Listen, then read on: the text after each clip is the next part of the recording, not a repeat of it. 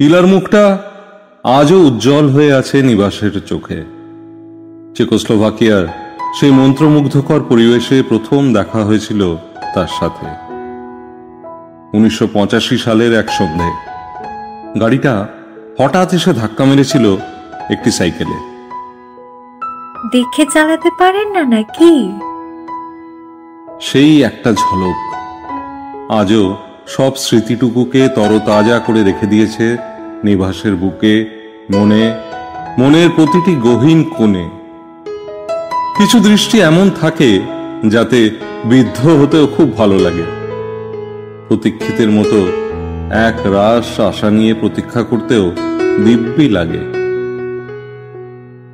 1985 সালের নভেম্বরের ওই সন্ধেটার কথা মনের মধ্যে উঁকি দিতেই বাকি সবকিছু কেমন যেন ধোঁয়ায় আবিষ্ট হয়ে যেতে থাকে নিবাসের। না, আসলে আপনি হঠাৎ এভাবে গাড়ির সামনে চলে আসবেন বুঝতে পারিনি। দীর্ঘক্ষণ এক দৃষ্টিতে তাকিয়ে থাকার পরে ইলা বজ্রের মতো গর্জে উঠে বলেছিল, সময়ের হাত থেকে কোনোদিনও জেতা যায় না জানবেন।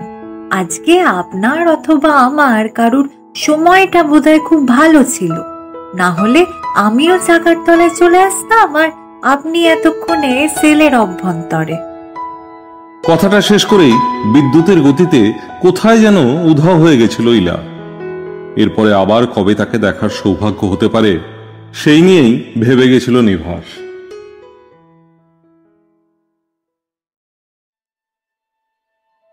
রাস্তার ওই মোড়টায় এসে প্রায়ই গাড়িটা দাঁড় করিয়ে রাখত নিভাস। আরো একবার যদি সেই দৃষ্টির সম্মুখীন হতে পারে। কিন্তু একটা মাস অতিক্রান্ত হয়ে যাওয়ার পরেও সেই চাহনির দেখা মিলল না। এমনকি তার মতন কাউকেই আর চোখেও ধরল না। পিছন ফিরে গাড়ির দিকে এগোতেই সাইকেলের বেলের শব্দটা কানে এলো। শীতের সন্ধ্যেতে করে গলা ঝাড়ার শব্দটা মনের মধ্যে এক নতুন আন্দোলনের জন্ম দিয়েছিল নিভাসের। সেদিকে না তাকিয়েও নিভাস বলে উঠেছিল, আপনি এসেছেন? অধীর আগ্রহে যেন কিছু হাসি বেরিয়ে আসতে চাইছিল। জোর করে কেউ যেন সেগুলিকে লুকিয়ে রেখে দিয়েছিল মনের গর্ভস্থলে। আরে বাবা, পিছনে ঘুরে মানুষ একবার দেখেও তো নেয় নাকি? নিভাস পেছনে ফিরতেই চোখটা বন্ধ করে ফেলল। জানি আপনি আসবেন। আপনার জায়গায় অন্য কাউকে দেখতে চাইবার ইচ্ছেটাও বোধ হয় আর অবশিষ্ট নেই। আপনার জায়গায় অন্য কেউ থাকলে হয়তো আজ ওই নামটাই উচ্চারিত হতো।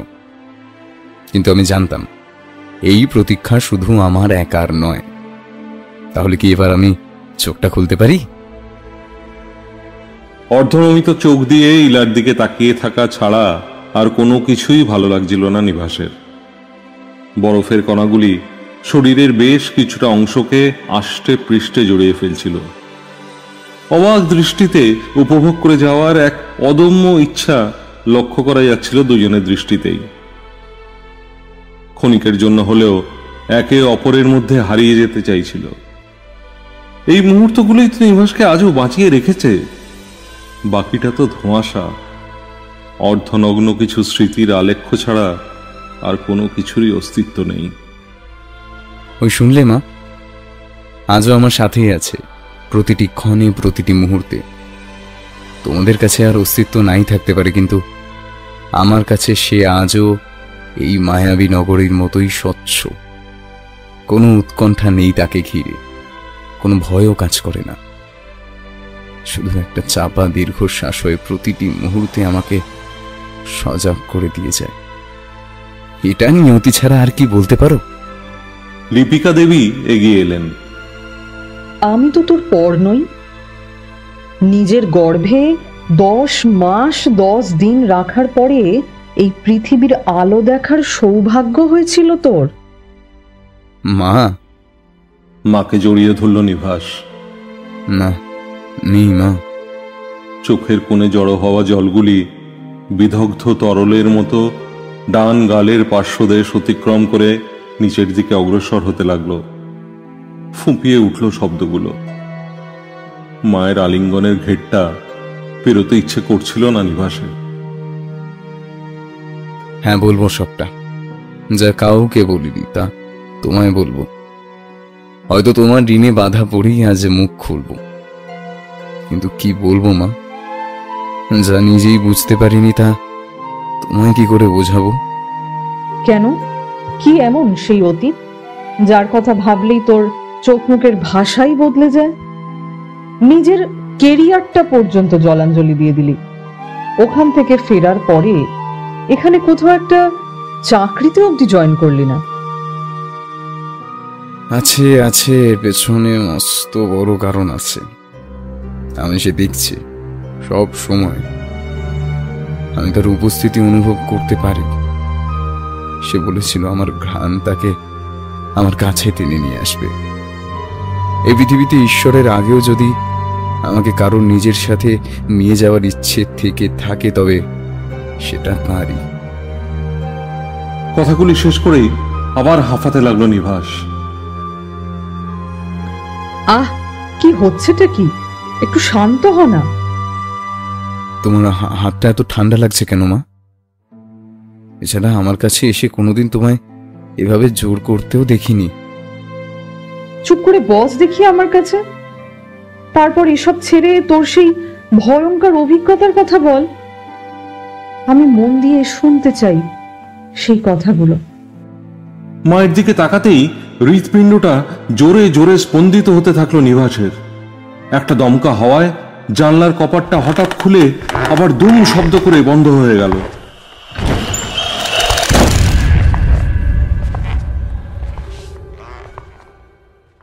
কি হলো? কে?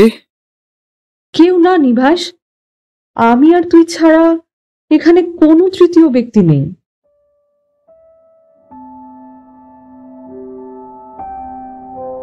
1985 সালে যখন চেকোস্লোভিয়ায় গেলাম, তখন মনমরা হয়েই থাকতাম। ব্রেভারহুড ইউনিভার্সিটিতে পড়ানোর সুযোগ পাওয়াটাই আমার কাছে সবচেয়ে বড় বিষয় ছিল। নিজেকে কোনোদিনও সেই জায়গায় উপনীত হতে দেখব ভাবতেই পারিনি। হয়তো অনেক কিছুই ভাবনার প্রাক্কালে থেকে যায়। আমরা সবটা ভুল ভেবে এগিয়ে যাওয়ার আকাঙ্ক্ষায় মেতে উঠি।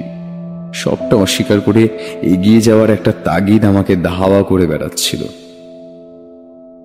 ওখানকার মায়াভরা পরিবেশটা ধীরে ধীরে চাদরের গহ্বর থেকে বেরিয়ে নিজের অকৃত্রিম সৌন্দর্যকে আমার সামনে উন্মুক্ত করে তুলে ধরেছিল, আর আমিও তার আচ্ছাদনে নিজেকে ঢেকে ফেলতে চাইছিলাম। ওই পরিবেশে একা থাকার ইচ্ছেটা বোধহয় কারোরই থাকবে না। ক্ষুদ্রাতি ক্ষুদ্র প্রাণীটিও বোধহয় ভালোবাসার স্পর্শে অবগাহন করতে চাইবে। আমি নিজেকে ধরে রাখতে পারলাম না। একে একে সবটাই প্রকাশ্যে আসতে শুরু করলো। সেদিনের ওই অ্যাক্সিডেন্টটাই আমাদের মনের কথাগুলোকে মুখে এনে দিয়েছিল। ভেবেছিলাম আর হয়তো তার মায়া ভরা ওই দুটি চোখের সন্ধান পাব না। একই জায়গায় দুজনের দেখা হয়েছিল, কিন্তু ইলা চাকরি পাওয়ার মতো যোগ্যতায় তখনও উপনীত হতে পারেনি দেখে আমি এগিয়ে এসে তার হাতটা ধরে বলেছিলাম, ভয়ের কোনো কারণ নেই। এই প্রবাসে আমাদের জাত ধর্মের বিরুদ্ধে কেউ আঙুল তুলবে না। আমি একজন হিন্দু, তোমার ধর্ম যাই হোক না কেন, এটুকু জানি আমাদের দুটো মন এক হয়ে গেছে, আর এটাই সব থেকে বড় পবিত্র সত্তা। তা এই দুই মনের মিলনই জানবে যে কোনো ধর্মের মিলন ঘটাতেও সক্ষম। ইলার মনের মধ্যে হাজার আশঙ্কা দানা বাঁধতে শুরু করলেও সেগুলিকে নিজের সর্বশক্তি দিয়ে ঠেলে সরিয়ে দিতে চেয়েছিলাম। আকাশের একটা কোণে জমাট বাঁধা মেঘের সারিগুলো যেভাবে অবুঝ আবহাওয়াকেও ফাঁকি দিয়ে সরে যেতে থাকে, আমাদের জীবন থেকেও দুঃখের কটাক্ষগুলো যেন সেইভাবেই দূরে সরে যেতে শুরু করেছিল। তাদেরকে বাধা দেওয়ার সামর্থ্য আমার কাছে ছিল না। ডিসেম্বরের 5 তারিখে নিজেরাই আংটি বদল করে একে অপরকে আপন করে নিলাম। দুটি প্রাণ, দুটি জীবন একই সূত্রে বাঁধা পড়ে গেল। কিভাবে কখন সবটা বদলে গেছিল জানতেও পারিনি। কোথায় বলে নিয়তির হাত থেকে পালিয়ে বাঁচা সম্ভব হয় না। নিয়তি কি কোনোদিন কারোর জীবনের মালিকানা নিজের নামে রাখতে পারে? আমি এসবে খুব কমই বিশ্বাস করতাম। আমাদের বিয়ের পরেই ঠিক করলাম একটা ফ্ল্যাট নেব। চাকরি সূত্রে যেটা পেয়েছিলাম সেখানে দুজনে থাকার জায়গা ছিল না। আমি একাই কোনো রকমে সেখানে জায়গা করে থাকতাম। দেশটা বড় হলেও মানুষের মনগুলো যে খুব একটা বড় ছিল না তা ওই খোপড়ির মতো ঘরগুলোই প্রমাণ করে দিচ্ছিল। আমি অনেক সচেতন হয়েই জায়গাটা ছেড়ে অন্যত্র ফ্ল্যাট দেখার বন্দোবস্ত করে ফেললাম। আমাদের ফ্ল্যাটের পাশে একটি চার্চ ছিল। স্থিতিশীল থাকলেও মানুষজন তেমনটা ভিড় বাড়াতে চাইতেন না। শুনেছিলাম চার্চের এক পাদ্রীকে নাকি সকলেই একটু বেশি ভয় পেতেন, আবার বলতে পারো কেউ কেউ বেশ সমীহও করে চলতেন। আমার আর ইলার বিষয়টা নজরে পড়তেই একদিন ঠিক করলাম ওনার সাথে গিয়ে দেখা করে আসব। কথাটা মাথায় আসতে না আসতেই একটা ভয়ানক স্বপ্ন দেখে একদিন রাতে ইলার ঘুম ভেঙে গেল। আমিও তরবরিয়ে উঠে বসলাম। কি হয়েছে? হঠাৎ কি হলো ইলা? এমন আচরণ করছো কেন? জলের গ্লাসটা এগিয়ে দিতেই ছুঁড়ে মাটিতে ফেলে দিল সে। কিচ্ছু চাই না আমার, সে আসছে সবকিছু শেষ করে দেবে। কি দেখেছোটা কি? এই প্রশ্নের উত্তরটা যাবার পথেও অনেকবার জিজ্ঞেস করেছিলাম ইলাকে, কিন্তু পাদ্রীকে গিয়েই বলবে এমনটা জেদ ধরায় আমি আর জোর করলাম না। হাঁটা পথেই বেশ কিছুটা রাস্তা এগিয়ে গেলাম। তারপরেই চোখে পড়ল সাদা ধবধবে ইমারতটি। কাছে এগোতেই ঢং ঢং করে ঘণ্টার ধ্বনির শব্দটা কানে এলো। অদূরেই একটি কবরখানাও নজরে পড়ল।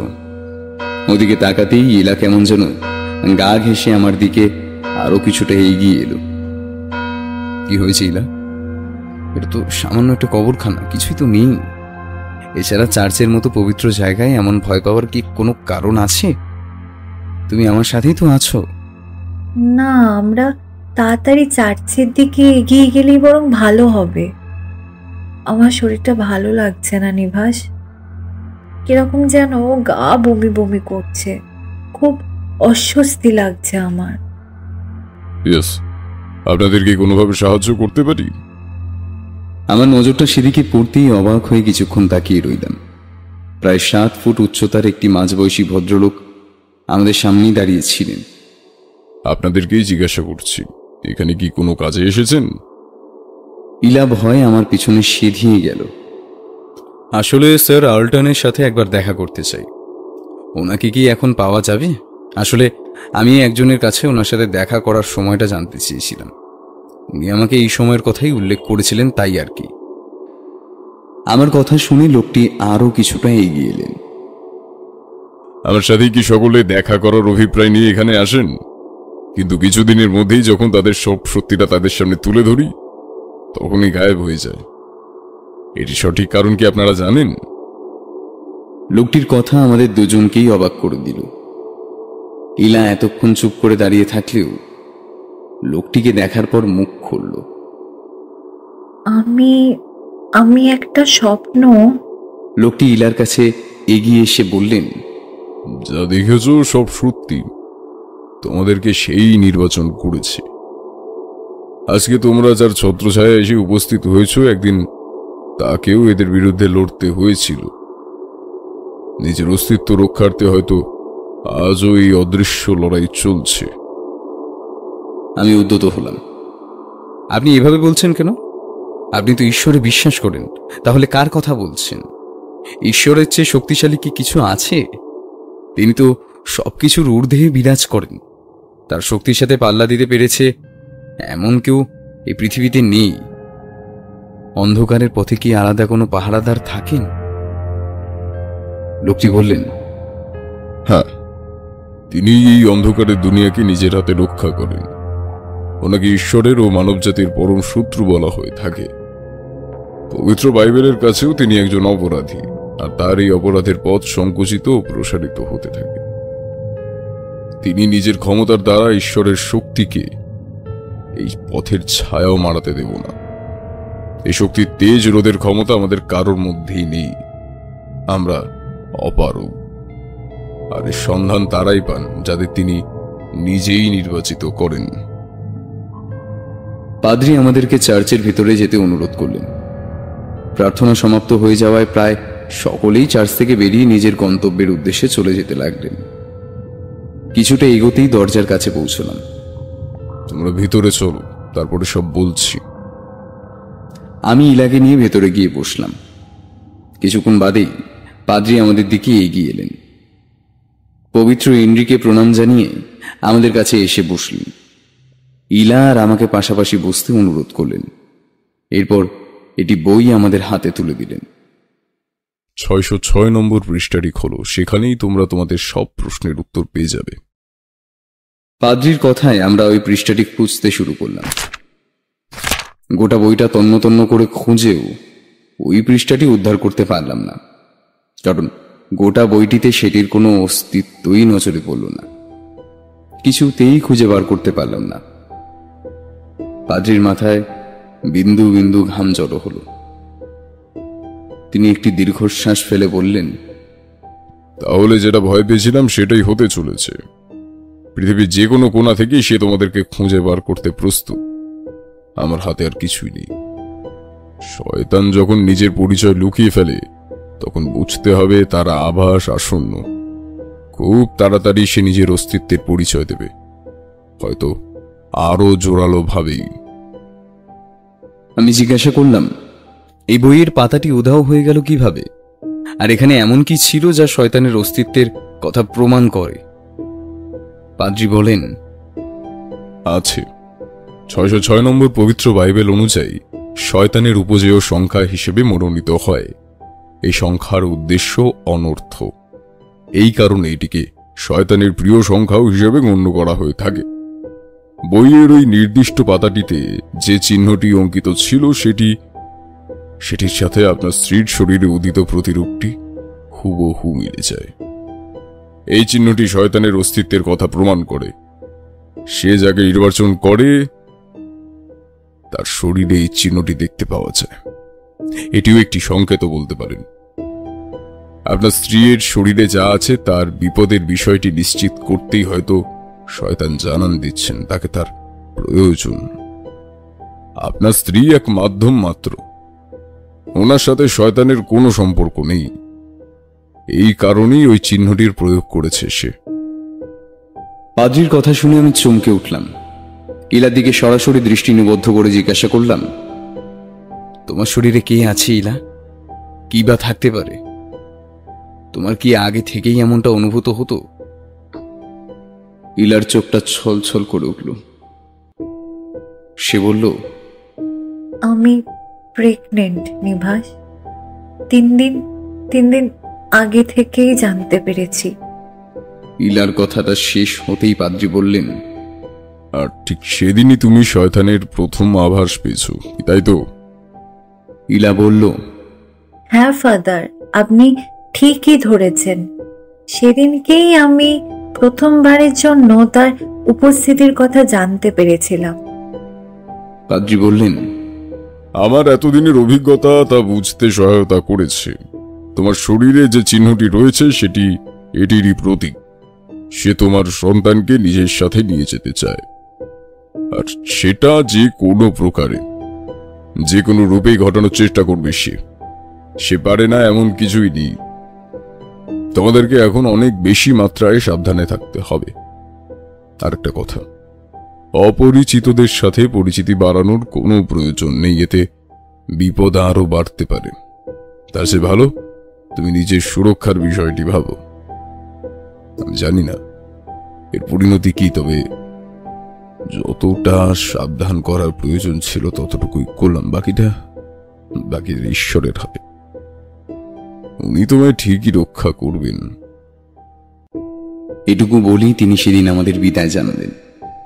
আরো কিছু লোক তার সাথে দেখা করতে এসেছিলেন, তাদেরকে নিয়েই তিনি ব্যস্ত হয়ে পড়লেন। কিন্তু তার নজরটি রইল আমাদের দিকে। যতক্ষণ না পর্যন্ত আমরা চার্চের গেট অতিক্রম করতে পারছি ততক্ষণ তিনি আমাদেরকেই লক্ষ্য করে যাচ্ছিলেন। আমি জানি তুমি আমার আর আমাদের সন্তানের কোনো ক্ষতি হতে দেবে না, কিন্তু আমাকেই কেন শয়তান নির্বাচন করলেন? আমি কিছুতেই বুঝতে পারছি না, কিছুতেই না। আমি তো কোনোদিনও কারোর ক্ষতি করিনি। এমনকি কারোর ক্ষতির কথা চিন্তাও করিনি। তাহলে এরকম হলো কেন? কেন হলো? আমি ইলাকে আরো শক্ত করে জড়িয়ে ধরে বলেছিলাম, কিছু প্রশ্নের উত্তর না খোঁজাই ভালো।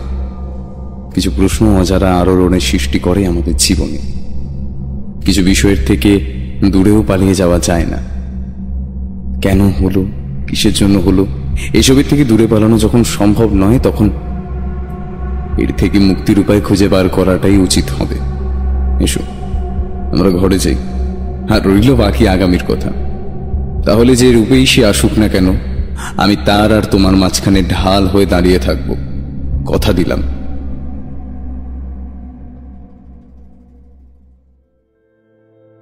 আরো 2 মাস এভাবেই অতিক্রান্ত হয়ে গেল। ঝড় উঠল দুজনের মনে। নতুন জীবন শুরু করার যে অদম্য আকাঙ্ক্ষায় মেতে উঠেছিলাম, তার কিয়দাংশ পূরণ হওয়ার পূর্বেই একের পর এক বিভীষিকার সম্মুখীন হতে লাগলাম। আমার মনেও যে এমন প্রশ্নের উদয় হয়নি এমনটা নয়, কিন্তু আমি নিজেকে ইলার কাছ থেকে যতটা সম্ভব লুকিয়ে রাখার চেষ্টা করেছিলাম। সে অনেকবার আমাকে এই বিষয়ে সাবধান করে তাকে ছেড়ে দেওয়ার জন্য অনুরোধ করেছিল, কিন্তু একজন স্বামী হওয়ার চেয়েও বড় দায়িত্ব ছিল তার বিশ্বাসের মর্যাদা দেওয়া। তার হাত ধরে বলেছিলাম শেষ দিন পর্যন্ত তার পাশে থাকব।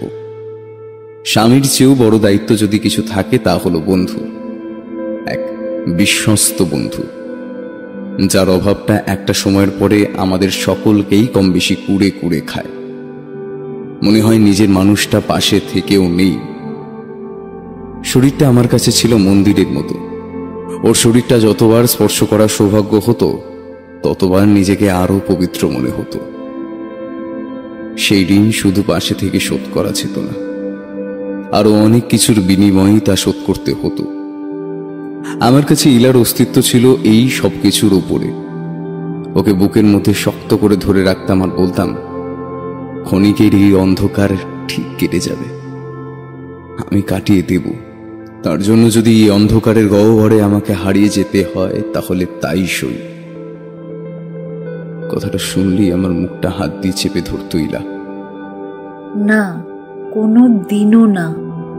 তোমার মতো মানুষ এই পৃথিবীতে খুব কম আছে নিভাস, যে তার স্ত্রীকে এতখানি সম্মান করে। আমার বিশ্বাস তোমার চেয়ে ভালো মানুষকে আমি আমার জীবনে কোনোদিনও পেতাম না। তোমার উপস্থিতিটাই যথেষ্ট। আমাকে ভালো রাখার জন্য তোমার ওই আশীর্বাদী হাত দুটোই যথেষ্ট। আরো কিছুটা সময় অতিবাহিত হয়ে গেল। তারপর ঠিক করলাম ইলাকে কোনো সুযোগ্য গাইনোকোলজিস্টের কাছে নিয়ে যাব।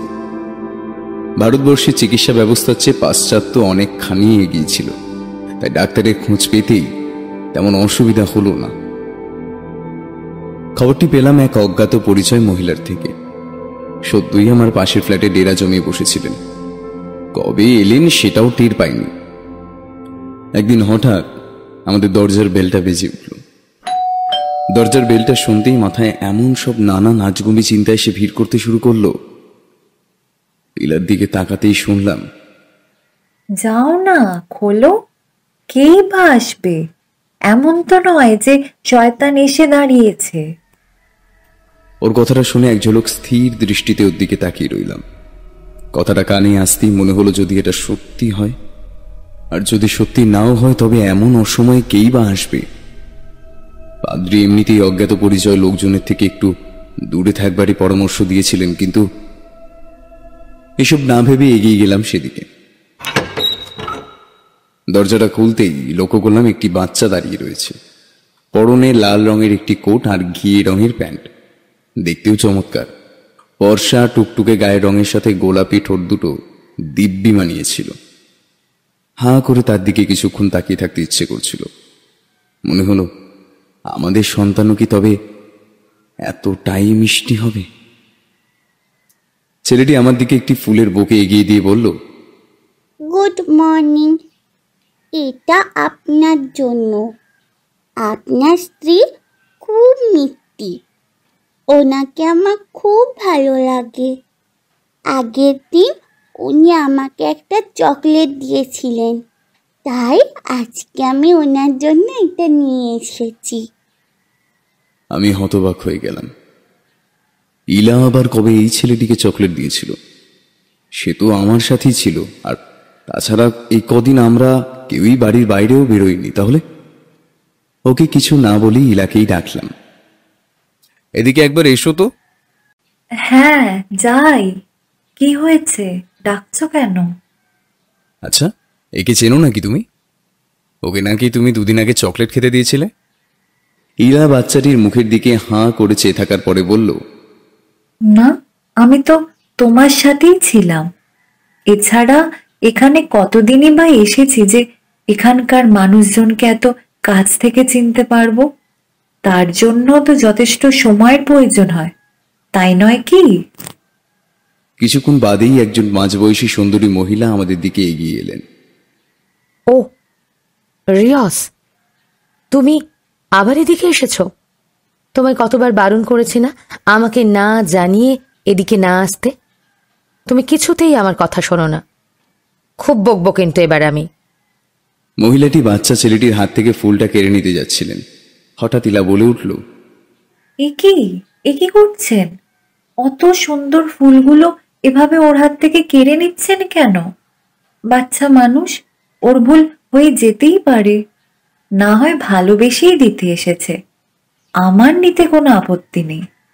দাও দাও, আমায় ফুলটা দাও সোনা। ছেলেটি হাতটা এগিয়ে দিল। তার মিষ্টি হাসিটা আমাদের উভয়েরই মন জয় করে নেওয়ার পক্ষে যথেষ্ট ছিল। আচ্ছা, আপনার যদি কোনো আপত্তি না থাকে তাহলে আমাদের সাথে এসে এক কাপ কফি খেতে পারেন। উনি যে এত তাড়াতাড়ি রাজি হয়ে যাবেন, এই বিষয়টি আমাকে কিছুটা হলেও অস্বস্তির মধ্যে রেখেছিল। খুব ভালো কথা, আপনারা আমাকে নিজেদের জীবনে নিয়ে আসছেন দেখে খুব ভালো লাগছে। এই কথাটি শুধু আমি কেন, যে কোনো সচেতন মানুষের মনেই হয়তো নাড়া দিয়ে যাবে। আমাদের জীবনে আপনাকে ডেকে আনছি মানে? মহিলাটি এক গাল হেসে জবাব দিলেন, আরে বাবা, এত ঘাবড়ে যাবারও কিছু নেই। আপনারা সব ব্যাপারে বড্ড ভয় পেয়ে যান, এটাই বুঝি না আমি। এই কারণেই আমি এই ফ্ল্যাটের বাকি সদস্যদের থেকেও এক প্রকার দূরেই থাকি। আসলে আমার কথার অন্তর্নিহিত অর্থ খুঁজতে গিয়ে অনেকেই আমাকে ভুল বুঝেছেন, যার জন্য ওই ছোট্ট কোণার ফ্ল্যাটে শিফট হতে বাধ্য হয়েছি। পরিপাটি করে খাবারের থালাটা ওদের দিকে এগিয়ে দিল ইলা। সবচেয়ে অবাক হলাম একটি কথা শুনে। আপনার স্ত্রী তো প্রেগন্যান্ট, এই অবস্থায় তাকে দিয়ে এত ভারী ভারী জিনিস বাওয়াচ্ছেন? যদি বাচ্চাটির কোনো ক্ষতি হয়ে যায়? ইলা আর আমি দুজনেই হতভম্ব হয়ে গেলাম। মাত্র 5 মাসের একটি পেট দেখে কখনোই ধারণা করা যায় না কেউ প্রেগনেন্ট কিনা। তাহলে এই মহিলাটি কিভাবে আন্দাজ করতে পারলেন? ইলা আমার মুখের দিকে এক গাদা প্রশ্ন নিয়ে তাকালো। আমি বিষয়টা বুঝতে পেরেও এড়িয়ে যাওয়ার চেষ্টা করতে লাগলাম। না মানে আসলে মহিলাটি নিজের বাচ্চাটির হাতে একটা মাংসের চপ ধরে দিয়ে বললেন, একজন নার্সের চোখকে ফাঁকি দেওয়া এত সহজ নয়। আমি প্রায় 15 বছর ধরে এই পেশার সাথেই যুক্ত রয়েছি। আমি বুঝবো না তো কে বুঝবে? আপনি নার্স? হ্যাঁ, এতে এত অবাক হওয়ার কি আছে? না, আপনাকে দেখে বোঝা যায়নি। মহিলাটি আবার একটি কথা প্রসঙ্গে আমাদের ভাবিয়ে তুললেন। আচ্ছা, শয়তান কি বলে দেয় যে সে শয়তান? তাকে তো সবার অলক্ষ্যেই নিজেকে লুকিয়ে রাখতে হয় নাকি? তেমন আমিও যদি আমার পেশার কথা সকলকে বলে বেড়াই, তাহলে লোকে হয়তো বিনা পয়সায় আমার থেকে সাহায্য নিতে শুরু করে দেবেন। মহিলাটির কথাগুলো জটিল থেকে জটিলতর হয়ে উঠেছিল। না, সেটা ঠিকই বলেছেন, তবে আপনার কথাগুলোর মধ্যে অদ্ভুত ধাঁধা কাজ করে। আপনার কথাগুলো বিভোর হয়ে শুনতেও ইচ্ছা করে, যেমন তেমন মনের মধ্যে হাজার রকমের প্রশ্নেরও উদয় হয়। আসলে বলে বোঝাতে পারবো না। মহিলাটি বললেন, আমার নাম লোলা। আমি আমেরিকায় থাকতাম। সেখান থেকে বিবাহ সূত্রে এখানে এসেছিলাম। আমার স্বামী মারা গেছেন আজ প্রায় 5 বছর হয়ে গেছে। রেখে গেছেন এই শিশুটিকে। আমি ওর মধ্যেই তাকে খোঁজবার চেষ্টা করি আর কি। এই আমাদের ছোট্ট জীবন। আমেরিকায় থাকতে নার্সিংয়ে ট্রেনিং নিয়েছিলাম। আসলে বুঝতেই পারেন, স্বামী স্ত্রী দুজনে আয় না করলে এখানে থাকা খাওয়ার একটু বেশি অসুবিধে হয়ে যায়। আফটার অল এগুলো তো আর থার্ড ওয়ার্ল্ড কান্ট্রি নয়, এখানে সব জিনিসের দামই একটু বেশি। কথাটি শুনে ভালোই বুঝতে পেরেছিলাম উনি কাকে ইঙ্গিত করতে চাইছেন। মহিলাটি বললেন, আপনারা তো একজন ভালো ডাক্তারের কাছে যেতে চান। আমি যেখানে আছি সেখানে গাইনোকোলজি ডিপার্টমেন্টের বেশ সুনাম আছে, ওখানকার ফ্যাকাল্টিও বেশ ভালো। আমি ওখানে অনেক দিন ধরেই আছি, তাই আপনারা যদি চান আমি কাউকে রেকমেন্ড করে দিতেই পারি। ইলার মুখে আনন্দের হাসি। সত্যি? হ্যাঁ, আমি খুব সহজেই সেটা করে দিতে পারবো। আমি বিষয়টা বুঝতে পেরেও এড়িয়ে যাওয়ার চেষ্টা করলাম। প্রথম দেখাতেই কেউ এতটা সাহায্যের হাত বাড়িয়ে দিতে চাইবেন কেন? আমরা খুঁজে নেব, আপনাকে অনেক ধন্যবাদ।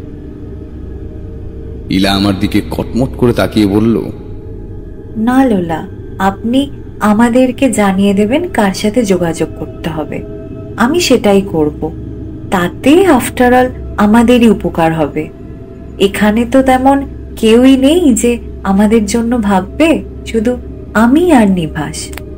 লোলা বললেন, জানি, আমার থেকে বেশি এ বিষয়ে আর কেই বা জানবে। আমি বললাম, সরি, ঠিক বুঝলাম না। বাই দ্য ওয়ে, আমি এখানে একটা কানাঘুষো শুনেছিলাম আপনার সাথে নাকি এখানকার লোকেরা তেমনভাবে মেশেন না, আর এই দিকটাই নাকি ফ্ল্যাটের লোকজনও তেমনভাবে আসেন না।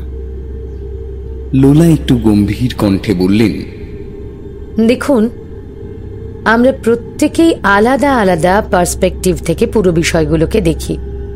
আমার কাছে জীবনের অর্থ যা হবে আপনার কাছে সেটা কিন্তু নাও হতে পারে। এই ধরুন, যেমন আপনি এখন চাইছেন কতক্ষণে আমি এখান থেকে চলে যাব। আপনার স্ত্রী আপনাকে ধমকে চোখ রাঙিয়ে চুপ করতে বলছেন বলেই আপনি চুপ করে রয়েছেন। তা না হলে এতক্ষণে হয়তো আমাদের ঘাড় ধাক্কা দিয়ে এখান থেকে বের করে দিতেন। কি কিছু ভুল বললাম? এই বিষয়টি ভাবার আগে আর একটা প্রশ্ন ছুড়ে দিলেন তিনি। আচ্ছা, আমার সম্পর্কে এত জানার কৌতূহল কেন বলুন তো? আমাকে কি আপনাদের খারাপ লোক বলে মনে হয়? আমার সাথে না মেশাটাই স্বাভাবিক নয় কি? আমি তো এই প্রদেশেরই নয়, এছাড়া এখানকার মানুষদের মধ্যে নিজেদের জাতের লোকেদের নিয়ে ভালো থাকার একটা প্রবণতা সব সময় কাজ করে। সেই জায়গা থেকেই হয়তো তারা আমার সাথে যোগাযোগ করতে চাননি, অথবা আপনার মতো তারাও হয়তো ভেবেছেন আমার মধ্যে শয়তান রয়েছে। I am a devil. I am a devil. তারস্বরে হাসতে লাগলেন তিনি। আমি আর ইলা আরো ভয় পেয়ে গেলাম। মহিলাটি খাওয়া শেষ করেই উঠে দাঁড়ালেন। আজকে আমার অফ আছে, কালকে থেকে আবার দৈনন্দিন ডিউটি চালু হয়ে যাবে। ইলা জিজ্ঞাসা করল, আচ্ছা, আপনি তো বললেন বাড়িতে একাই থাকেন, তাহলে আপনার অনুপস্থিতিতে আপনার বাচ্চাকে কে দেখে? সে তো এখনো যথেষ্ট ছোট, নিজেকে সামলানোর মতো পরিস্থিতি এখনো তৈরি হয়নি। তবে বাচ্চাটির দিকে লোলা তাকিয়েই বললেন, সে আমাকে ছাড়া দিব্যি ভালো থাকে, ওর সাথে খেলা করার লোকের অভাব নেই, কিন্তু সে একা খেলার চেয়েও কারুর সাথে খেলতে বেশি পছন্দ করে। বরাবরই এমন, পছন্দের লোক না পেলে তার ভালো লাগে না, ঠিক যেমন পছন্দের শরীর না পেলে কারুর কাছে যেতে ইচ্ছে করে না। ওর খেলনার প্রতি তেমন কোনো আকর্ষণ নেই, ওর পছন্দ মানুষের মন, তার হৃৎপিণ্ড। সরি, ঠিক বুঝলাম না। আই মিন টু সে মুক্তমনা মানুষ, যার হৃদয়টা আকাশের মতো বড় হবে এমন কেউ। সেই রকমের মানুষ এখানে আর কজনই বা আছে। সকলের মনটাই কলুষিত। একজন বিধবার পাশে এসে কেউই দাঁড়াতে চান না। অনেকেই জীবনে আসতে চেয়েছেন, কিন্তু এক রাতের জন্য। তারপর তাদের মোহ ভস্মীভূত হয়ে বাতাসের সাথে কোথাও হারিয়ে গেছে। আমি ধূলিকণার মতো বাঁচতে চাই না। এর ওর ইশারায় এখান থেকে ওখানে উড়েও বেড়াতে চাই না। তাই একাই আছি, ভালো আছি। আচ্ছা মিসেস লোলা, আপনাকে একটা প্রশ্ন করতে পারি? ইলার দৃষ্টিতে আবেগের প্রভাব লুকিয়েছিল। সে যে তার নিঃসঙ্গতাকে চরিতার্থ করেই কিছুটা বলতে চাইবে তা আমি ভালোই বুঝতে পেরেছিলাম। আপনার যদি কোনো আপত্তি না থাকে তাহলে কি আমি ওকে আমার কাছে নিয়ে এসে রাখতে পারি? আপনি তো কাজে বেরিয়ে যান, এছাড়া আমার স্বামীও ইউনিভার্সিটিতে পড়াতে চলে যান। বাদ বাকি সময়টা আমাকে একাই কাটাতে হয়, কারুর সাথে কথাও বলতে পারি না। রিয়াসের সাথেই না হয় বেশ কিছুটা সময় কাটিয়ে নেব। আপনার কি কোনো আপত্তি আছে? লোলা কিছুক্ষণ ভাবলেন, তারপর মৃদু হেসে বললেন, বেশ, আপনার যখন এত ইচ্ছে তখন না হয় সে আপনার কাছেই থাকবে। তবে এখানকার মানুষেরা বিষয়টি ভালোভাবে নেবেন কিনা তা আমি কিন্তু জানি না। কারণ এর আগেও একজন রিয়সের প্রতি নিজের ভালোবাসা জাহির করবার চেষ্টা করেছিল, কিন্তু তার বাচ্চাটি নাকি গায়েব হয়ে যায়। এর পুরো দোষটা এসে পড়ে রিয়সের ওপর। সেও তো একটা শিশুই, বলুন, সে কিভাবে আর একটা শিশুর ক্ষতি করতে পারে? আরে বাবা, আর যাই হোক, তাকে তো গায়েব করে দিতে পারে না নাকি? মহিলাটি এক গাল হেসে চলে গেলেন। যাবার সময় পিছন ঘুরে বললেন, এর পরেও কি রিয়স এখানে আসতে পারে? ইলা কোনো কথা না ভেবেই জোর গলায় বলে দিল, হ্যাঁ পারে বই কি। এসব বুজরুকিতে আমি অন্তত পক্ষে বিশ্বাস করি না। লোলা চলে গেলেন। দরজাটা বন্ধ করে ইলাকে টেনে নিয়ে আসলাম নিজের দিকে। অবুজ ইলাকে আমি সেদিন কোনো কিছুই বিশ্বাস করাতে পারিনি। ওর কাছে নিজের সত্যিটাই সব থেকে বড় বিষয় হয়ে দাঁড়িয়েছিল। আসলে সে অনাথ ছিল, তাই নিজেকে এসবের থেকে দূরে রাখতে পারিনি। একাকিত্ব তার জীবনকেও গ্রাস করে ফেলেছিল। কাউকে সাথে পেলে, পাশে পেলে ওর ভালো লাগতো।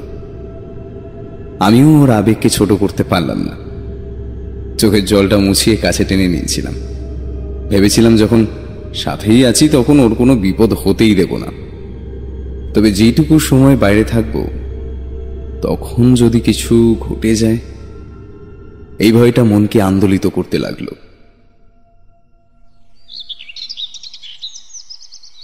পরের দিন ভোর হতেই ইউনিভার্সিটি থেকে আর্জেন্ট কল এলো।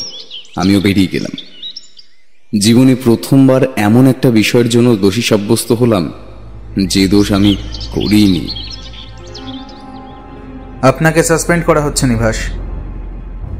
আপনার বিরুদ্ধে অভিযোগ আছে আপনি নাকি একজন পড়ুয়াকে শ্লীলতাহানির চেষ্টা করেছেন। মেয়েটি ক্লাসে আপনার কাছে নোট চাইতে এসেছিল এবং আপনি তার সুযোগ নিয়েছিলেন। মেয়েটি এতদিন ভয়ে আপনার বিষয়ে আমাদের কাছে কোনো অভিযোগ জানায়নি ঠিকই, তবে আজকে জানিয়েছে। কথাটি জানার পরে আমার সারা শরীর ঠান্ডা হয়ে গেল। যে কোনোদিন কোনো মেয়ের দিকে ঠিক করে তাকাতেই পারিনি, সে শ্লীলতাহানি কি করে করতে পারে? কথাগুলো নিজের কানে শুনলেও বিশ্বাস করতে পারলাম না। আমি মেয়েটির সাথে দেখা করতে চাই।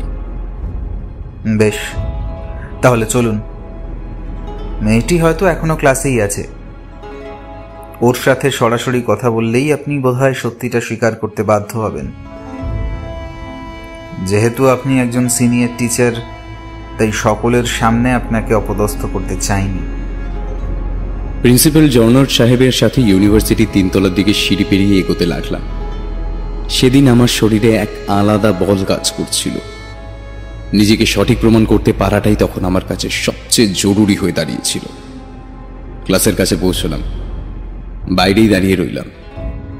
যে মেয়েটিকে কোনো দিন দেখিনি, সে কিভাবে আমার বিরুদ্ধে যেতে পারে? সেটি জানার এক অদম্য নেশা যেন চেপে বসেছিল। কিছুক্ষণ বাদে প্রিন্সিপাল স্যার হন্তদন্ত হয়ে ক্লাস থেকে বেরিয়ে এলেন। শিগগিরই চলুন। কেন? ইসরায়েলকে ছাদের কার্নিশের ওপর দাঁড়িয়ে থাকতে দেখেছি। ক্লাসের মধ্যে হইচই পড়ে গেছে।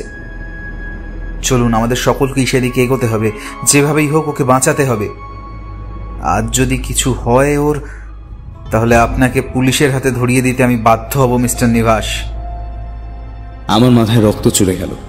আমিও আর স্থির থাকতে পারলাম না। সিঁড়ি পেরিয়ে তাড়াহুড়ো করে সকলেই ছাদের দিকে এগোতে লাগলাম। হঠাৎ দেখলাম ইজারুল ছাদের কার্নিশের ধার ঘেঁষে দাঁড়িয়ে রয়েছে, আর এক পায়ে এগোলেই 7 তলার ছাদ থেকে একেবারে নিচে পড়ে যাবে। না ইসরায়েল, আমার কথা শোনো। দেখো, ওই লোকটাকে আমরা নিয়ে এসেছি। তোমাকে অপরাধীর মতো বাঁচতে হবে না। যদি এই লোকটি অপরাধ করে থাকেন, তবে তিনি এর যথোপযুক্ত শাস্তি পাবেন। একবার এদিকে দেখো, এমন কাজ করো না। ইজারেল আমার দিকে তাকাতেই গায়ে রক্ত হিম হয়ে গেল। ওর চোখের মণি দুটো সম্পূর্ণ কালো হয়ে গেছিল, একেবারে ধুধুমার কালো, যার আগে বা পরে কিছু থাকতে পারে না এমন। মেয়েটি আমাদের দিকে তাকিয়ে যা বলল তা ছিল বিশ্বাসের অযোগ্য। মেয়েটির গলাটা সম্পূর্ণ পরিবর্তিত হয়ে গেছিল।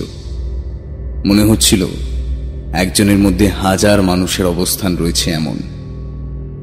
আমায় ক্ষমা করে দেবেন প্রিন্সিপাল। আমি নিজেকে শয়তানের উদ্দেশ্যে সমর্পণ করতে চাই। সে যা বলেছে আমাকে তাই করতে হয়েছে। আমি স্বেচ্ছায় কিছুই করতে চাই না, কিন্তু আমি জানি আমি একটি নিরীহ মানুষের জীবনে খেলার চেষ্টা করেছি। আমি যদি আজ নিজেকে শয়তানের উদ্দেশ্যে উৎসর্গ না করি, তাহলে সে এমনিতেও একদিন না একদিন আমার প্রাণ নিয়েই নেবে। আজ নয় কাল আমায় চলে যেতেই হবে, কিন্তু প্রবৃত্তি ঈশ্বরের শপথ নিয়ে আমি কোনো নিরপরাধের ক্ষতি করতে পারবো না। আমাকে যেতেই হবে। আমরা সকলেই ওকে বাঁচানোর জন্য এগোতে লাগলাম, কিন্তু শেষ রক্ষা হলো না। যাওয়ার আগে শুধু একটা কথাই আমাকে বলে গেছিল, সে তোমার জন্যও আসছে। সে একে একে তোমার পরিবারের সকলকে নিজের কাছে টেনে নেবে।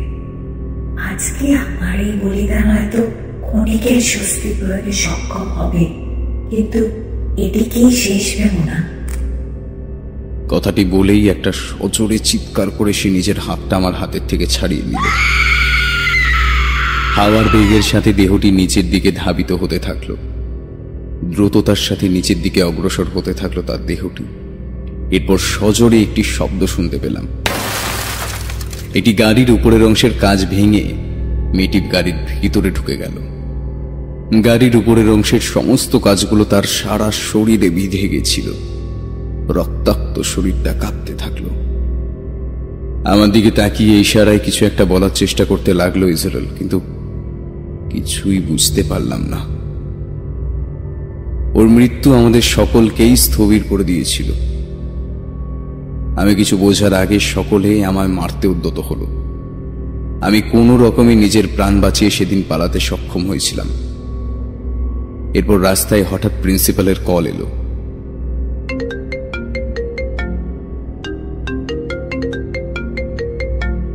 আপনাকে সারা জীবনের জন্য এই কমিটি থেকে বরখাস্ত করা হলো। আর কোনোদিন এই চত্বরে নিজের মুখ দেখাতে আসবেন না। আপনার যাবতীয় কাগজপত্র আগামীকাল চোরের মতো এসে নিয়ে যাবেন।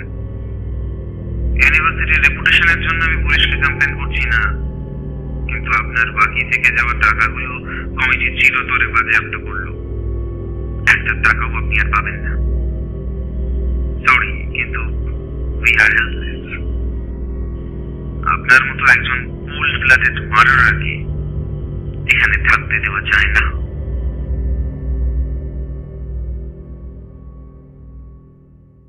কি হয়েছে? কি হয়েছে নিভাস? বলো আমাকে। তোমাকে কোনোদিনও এভাবে ভেঙে পড়তে দেখিনি। তুমি যদি এভাবে ভেঙে পড়ো, তাহলে আমাকে সামলাবে কে? আর আমাদের বেবিকেই বা? আমি ওকে আরো শক্ত করে জড়িয়ে ধরলাম। কিছু হবে না আমাদের বেবির। আমি জানি সে ঠিক লোকই আমাদের সকলকে দেখছে। সে আছে, এখানেই আছে। শুধু এখানে কেন, সে সর্বত্রই আছে, প্রতিটি মুহূর্তে আমাকে দেখেই চলেছে। কে নিবাস, কে? কার কথা বলছো তুমি? কি হয়েছে? আমার দিকে তাকাও। আমি শান্ত হলাম। তারপর ঘটনাটা শুরু করতে যাব এমন সময় রিয়স আমাদের সামনে এসে উপস্থিত হলো। আমি ওকে দেখা মাত্রই চমকে উঠলাম। ও এখানে কি করছে? ও এখানে এলো কিভাবে? নিবাস, নিবাস একটু শান্ত হও। লোলা ওনাকে আজকে আমার কাছে দিয়ে গেছিলেন। তুমি তো সবটাই জানো, তাহলে এত ঘাবড়ে যাচ্ছ কেন? তুই দেখো ইলা, ও আমার দিকে তাকিয়ে হাসছে। আমি বারবার বলছি তোমায়, এই লোলা আর তার সন্তানের থেকে দূরে থাকো, ওরাই এসবের জন্য দায়ী। কালকে ওদের পা পড়তে না পড়তেই আজকে আমার জীবনে এত বড় ক্ষতি হয়ে গেল। এরপরে আস্তে আস্তে আমার থেকে সবকিছু দূরে চলে যাবে। আমি জানি সে যাবার সময় আমাকে সাবধান করে দিয়ে গেছে। আসলে সে নয়, তার মধ্যে রয়েছে সেই শয়তানি শক্তি যে তাকে টেনে নিয়েছে। এভাবে হয়তো তোমরা সকলকেই একে একে আমার থেকে দূরে চলে যাবে, আর আমি কিছুই করতে পারবো না। না, কিছুতেই না। আমি এভাবে হেরে যেতে পারি না। বাচ্চাটি কিছুক্ষণ বাদে কেঁদে উঠতেই ইলা তাকে সামলানোর জন্য এগিয়ে গেল।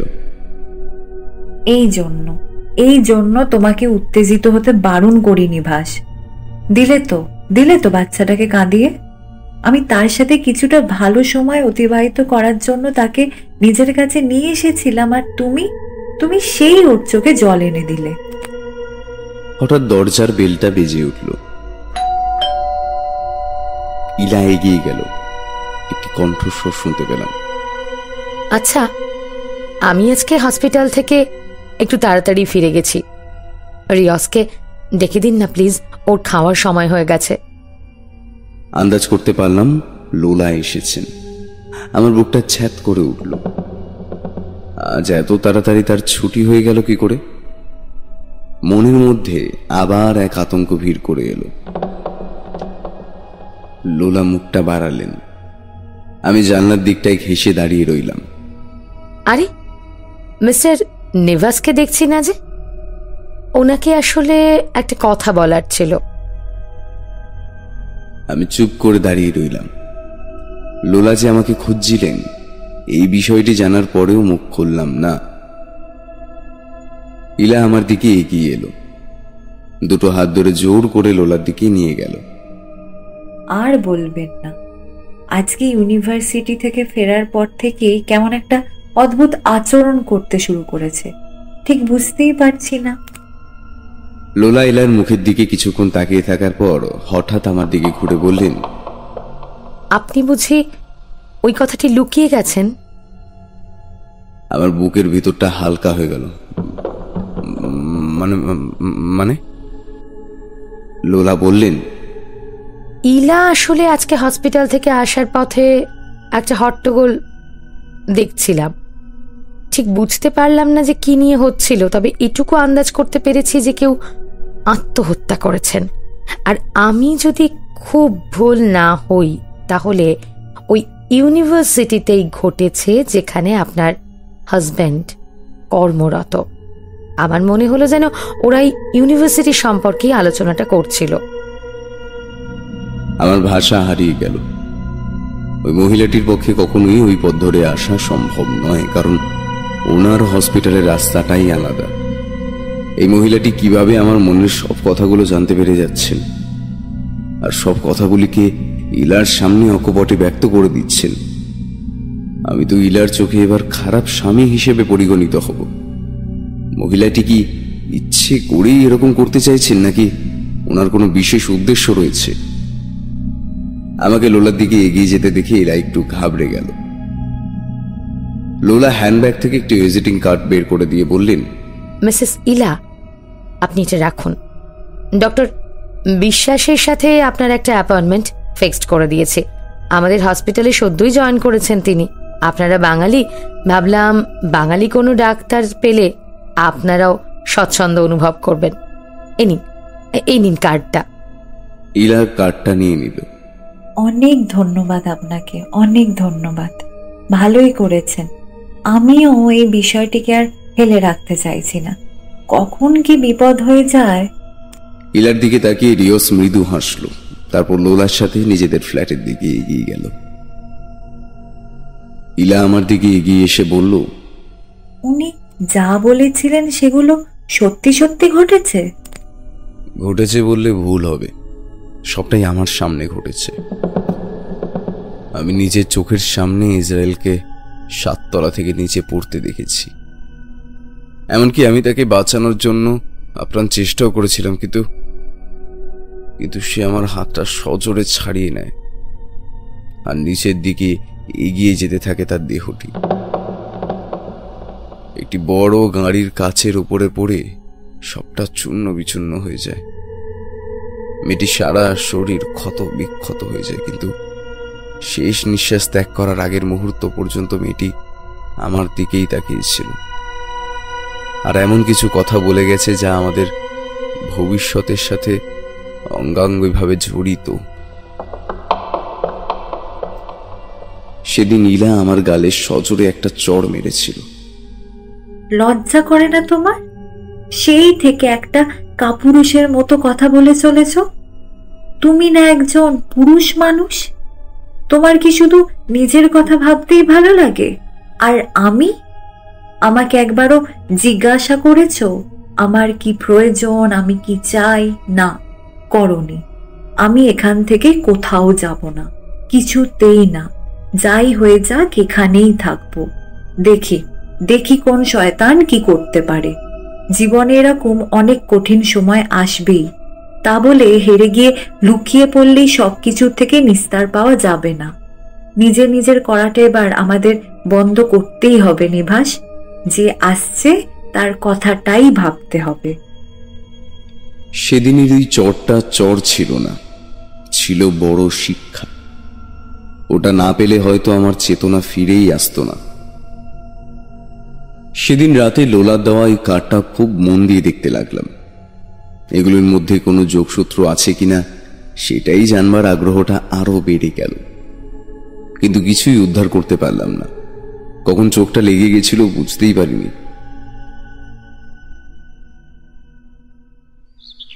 পরের দিন সকালে হঠাৎ চোখটা খুলে গেল। দরজায় কলিং বেলের শব্দ শুনেই চমকে উঠে পড়লাম। উফ, আবার সেই ভয় পাচ্ছে। আরে বাবা, হয়তো লোলা এসেছে রিয়াজকে দিতে। এত সকালে? এখন 7টা বাজে ইলা। হ্যাঁ, ওনার বোধহয় এখন মর্নিং ডিউটি চলছে, তাই আর কি। দেখেছো তো, মানুষের দায়িত্ব নিজের কাঁধে নিলে কি অবস্থা হয়।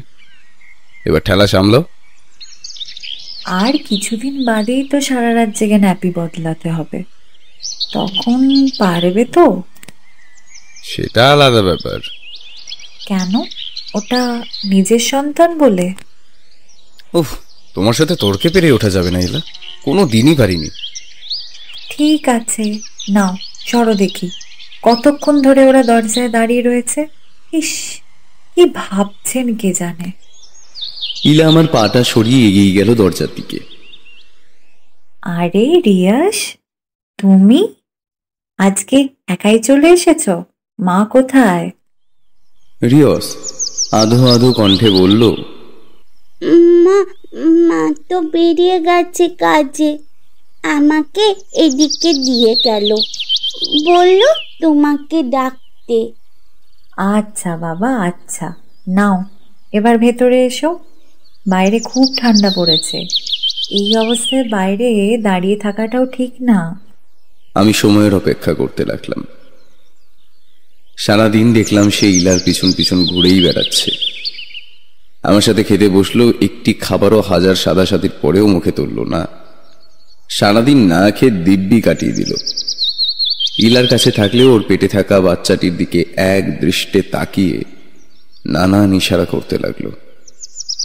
মনে হলো যেন বাচ্চাটির সঙ্গে কথা বলতে চাইছে। আমার দৃষ্টিটা ওর চোখের দিকেই নির্দিষ্ট হয়েছিল। হঠাৎ মনে হলো ওর চাউনিটা কেমন যেন বদলে যাচ্ছে। ওর চোখের মণি দুটো লাল হয়ে যাচ্ছে, দৃষ্টিটা আরো তীক্ষ্ণ থেকে তীক্ষ্ণতর হচ্ছে, যেন সে খুব গভীরে প্রবেশ করতে চাইছে এমন। ইলার শরীর থেকে ভ্রূণটিকে টেনে হিঁচিনে বার করে আনতে চাইছে। সেদিনটা আমি আর ইলাকে কাছছাড়া করতে পারলাম না। ওর কাছে বসে রইলাম। যদি আবার কোনো নতুন বিপদ এসে পড়ে, এমনিতেই আমার অনুপস্থিতি একটা নিরীহ মেয়ের জীবন কেড়ে নিতে পারে, তাহলে ইলার যদি কিছু হয়ে যায়, আমি নিজেকে কোনো দিনও ক্ষমা করতেই পারবো না। নিজেকে এইসব বুঝিয়ে আরো সংযত করেছিলাম। সন্ধে গড়িয়ে গেল। ঘড়িতে তখন রাত 9টা। লোলা দরজার কড়া নাড়লেন। ওনার হাতের দিকে চোখ পড়তেই আমি কিছুটা বিক্ষিপ্তভাবে সেদিকে তাকিয়ে রইলাম। ডান হাতে সাদা কাপড়ে কিছু একটা জড়ানো ছিল। তার মধ্যে থেকে চুঁয়ে চুঁয়ে কিছুটা তরল মেঝের উপর পড়ছিল। অন্ধকারের মধ্যে কিছুই নজরে পড়তে চাইল না। আমাকে বিষয়টা লক্ষ্য করতে দেখি লোলা পা দিয়ে জায়গাটা ঢেকে ফেলার চেষ্টা করতে লাগলেন। আমি আরো কিছুটা সজাগ হয়ে গেলাম। ওখানে যে কিছু একটা গন্ডগোল আছে সে বিষয়ে আরো নিশ্চিন্ত হয়ে গেলাম। রিয়স চলো, এমনিতেই আজকে অনেক দেরি হয়ে গেছে। আমি আর ধৈর্য ধরে রাখতে পারলাম না। আচ্ছা লোলা, আপনার ছেলেটিকে স্কুলে দেননি? কথাটা শোনার পরই উনি কিছুটা হকচকিয়ে গেলেন। তারপর বললেন, না, আসলে আমি ওকে বাড়িতেই পড়াচ্ছি। আসলে একটা স্কুলে ভর্তি করেছিলাম, কিন্তু ওখানে না ও ঠিকভাবে থাকতে পারেনি। এরপর আমি ওকে আরেকটা জায়গাতেও পাঠিয়েছিলাম, কিন্তু সেখানেও একই ব্যাপার। এজন্য বাড়িতেই কিছুটা সময় পড়াবো, তারপর না হয় বড় কোনো স্কুলে ভর্তি করে দেব। যতই হোক এখনো তো ছোটই রয়েছে। এই মুহূর্তে বাড়ির বাইরে বেরোলে ওর মনের অবস্থা ঠিক নাও হতে পারে। এছাড়া ভীষণভাবে একাকিত্বে ভোগেও, তাই আর কি। আচ্ছা আচ্ছা, ঠিক আছে, এত কিছু না বললেও চলবে। আমি এমনি আপনাকে জিজ্ঞাসা করছিলাম। আসলে এই বয়সে সকলেই স্কুলে যায়। ওকে এভাবে একা একা থাকতে দেখি আমার একটু অদ্ভুত লেগেছিল আর কি। আমার দৃষ্টি গেল রিয়সের দিকে। দেখলাম সে লোলুপ দৃষ্টিতে লোলার হাতের প্যাকেটটার দিকে তাকিয়ে রয়েছে। ওর জিভ থেকে লালা ঝরে পড়ছে। কতক্ষণে খাবারটা মুখে দেবে এমন। রিয়সের চোখ মুখের ভাষাই একেবারে বদলে গেছে। আমি বিষয়টা আরো ভালোভাবে নজর করতে যাব এমন সময় দেখলাম মিসেস লোলা রিয়সকে সঙ্গে নিয়ে ফ্ল্যাটের দিকে এগিয়ে গেলেন। উনি যে আমাকে কিছুটা হলেও লক্ষ্য করছিলেন এ বিষয়ে আমি আরো নিশ্চিত হয়ে গেছিলাম। তবে পায়ের সাহায্যে মেঝেতে ঢেকে পড়ে থাকা তরলটাকে একেবারে পুছে পরিষ্কার করে দিয়েছিলেন তিনি। যে কোনো তথ্য প্রমাণকেই লুকিয়ে ফেলতে চাইছেন এমন। আমি টর্চ নিয়ে এসে খোঁজার চেষ্টা করেও কিছুই বার করতে পারলাম না। পরের দিন ডাক্তারের সাথে দেখা করতে যাওয়ার কথা ছিল। সেদিন রাতে হালকা কিছু খেয়ে দুজনে শুয়ে পড়লাম। পরের দিন থেকে দেখলাম রিয়সকে আর আমাদের কাছে পাঠালেন না লোলা। অনেকক্ষণ ওর জন্য অপেক্ষা করার পরেও যখন এলো না, তখন ইলা আমাকে বলল, আর দেরি করে লাভ নেই নিভাস, চলো, আমাদের তো ডাক্তারবাবুর সাথেও কথা বলতে হবে। আজকের পরে আবার কবে অ্যাপয়েন্টমেন্ট পাবো বলাটা ভারী মুশকিল। আমিও ওর সাথে সহমত পোষণ করলাম। হয়তো কালকে বাইরের খাবার খেয়ে শরীর খারাপ হয়েছে রিয়সের। আচ্ছা ইলা, তুমি লক্ষ্য করেছিলে রিয়স কেমন লোলুপ দৃষ্টিতে লোলার হাতের ওই প্যাকেটটার দিকে তাকিয়েছিল? যেন মনে হচ্ছিল সেখানে এমন কিছু রয়েছে যা সে এক নিঃশ্বাসে খেয়ে ফেলতে চায়। হতেই পারে, এতে অবাক হওয়ার কি আছে? মানুষের পছন্দের জিনিস থাকতেই পারে, এ আর এমন কি? তবে তুমি সেই একই জিনিস নিয়েই পড়ে রয়েছ। গাড়ি চালাতে চালাতে এসব আজে বাজে জিনিস নিয়ে চিন্তা করেই চলেছ। এবার যদি কিছু একটা হয়। কথাটা শেষ করতে না করতেই একটা কালো বিড়াল আমার গাড়ির সামনে দিয়ে রাস্তা পার করতে যাচ্ছিল। আর একটু হলেই হয়তো সে আমার চাকার তলায় চলে আসতো। উফ বলে সজোরে গাড়িটা ব্রেক কষলাম। সেদিন একটা বড় অঘটন ঘটেই যেতে পারত। সিট বেল্টটা না থাকায় ইলার মাথাটা গিয়ে লাগলো সামনের কাছে। তবে অনেক কষ্টে সে নিজেকে রক্ষা করতে পেরেছিল। লাগেনি তো? না। নানান বিষয়ে আলাপ আলোচনা করতে করতেই হসপিটালের সামনে এসে গাড়িটা দাঁড় করালাম। ডাক্তারের কেবিনের দিকে অগ্রসর হলাম। লোলা আমাকে আপনাদের ব্যাপারটা জানিয়েছিল। আমি 1 মাস হলো জয়েন করেছি, তবে এখানে আসার পরেই এখানকার মানুষজনের সাথে ভালোই সখ্যতা তৈরি হয়ে গেছে। এখন আর কোনো অসুবিধে নেই। তবে আমি একটা বিষয় নিয়ে খুবই চিন্তিত। শুধু আমি নয়, আমাদের সমস্ত সদস্যরাই এ বিষয়ে চিন্তিত। আমি আবার দুশ্চিন্তায় পড়লাম। কেন, কি হয়েছে এখানে? আমাদের ডিপার্টমেন্ট থেকে বেশ কিছু সদ্যজাত বাচ্চা গায়েব হয়ে গেছে। আমরা এর কারণ জানতে পারিনি। তারা কিভাবে গায়েব হয়ে গেছে সেটাও জানি না। বিষয়টা পুলিশের কানেও গেছে। এই নিয়ে তারা অনেকেই আমাকে সন্দেহ করেছেন, কারণ ওই ডেলিভারির ইনচার্জ ছিলাম আমি তাদের অপারেশন করেছিলাম। আর তাই এখন আমার চাকরি নিয়ে টানাটানি শুরু হয়েছে। আমার কাছে বিষয়টা ভীষণ সন্দেহজনক লাগলো। জানি না কেন মনের অজান্তেই হঠাৎ গতকাল রাতে লোলার হাতে থাকা সেই প্যাকেটটির কথা মনে পড়ে গেল। আমি যে কখন নিজের হাতটা কেটে ফেলেছিলাম হুঁশও নেই। এ কি মিস্টার নিভাস, আপনি নিজের হাতটাই কেটে ফেললেন? কি সর্বনাশ! ডাক্তার উত্তেজিত হয়ে উঠলেন। আমার ওরকম অবস্থা দেখে ইলা আমার দিকে এগিয়ে এলো। তুমি এরকম কেন করছো নিভাস? কি হয়েছে? কি হয়েছে তোমার? আমি কিছুই জানি না ইলা। মনে হচ্ছিল ওই মৃত বাচ্চাগুলো আমার কাছে তাদের প্রাণ ভিক্ষা চাইছিল। আমি কিছু বলতে চাইছিল, তারা মুক্তি পায়নি।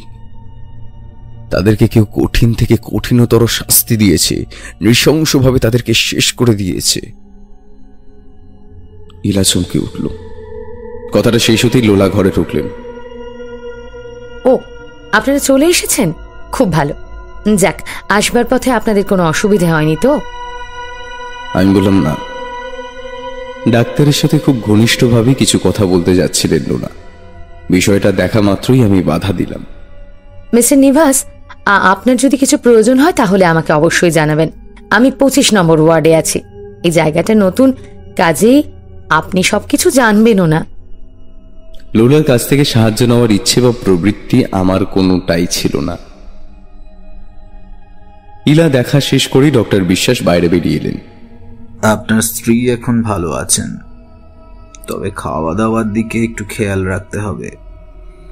ওনার সামান্য রক্তাল্পতা আছে, সেটার জন্য বেশি করে বেদানা খাওয়াবেন। এছাড়া ভিটামিন সি এর ট্যাবলেট প্রেসক্রাইব করে দিচ্ছি, সেটাও সময় মতো দেবেন। আর্লি স্টেজে একটু বেশি খেয়াল রাখতে হবে ওনার। এছাড়া এটি ওনার প্রথমবার, কাজেই এই সময় শরীর খুবই দুর্বল থাকবে। বাইরের খাবার একেবারেই দেবেন না, আর প্রয়োজনে বাইরে ঘুরিয়ে আনতে পারেন। একঘেয়ে বাড়িতে বসে থাকলেও উইকনেস আসে।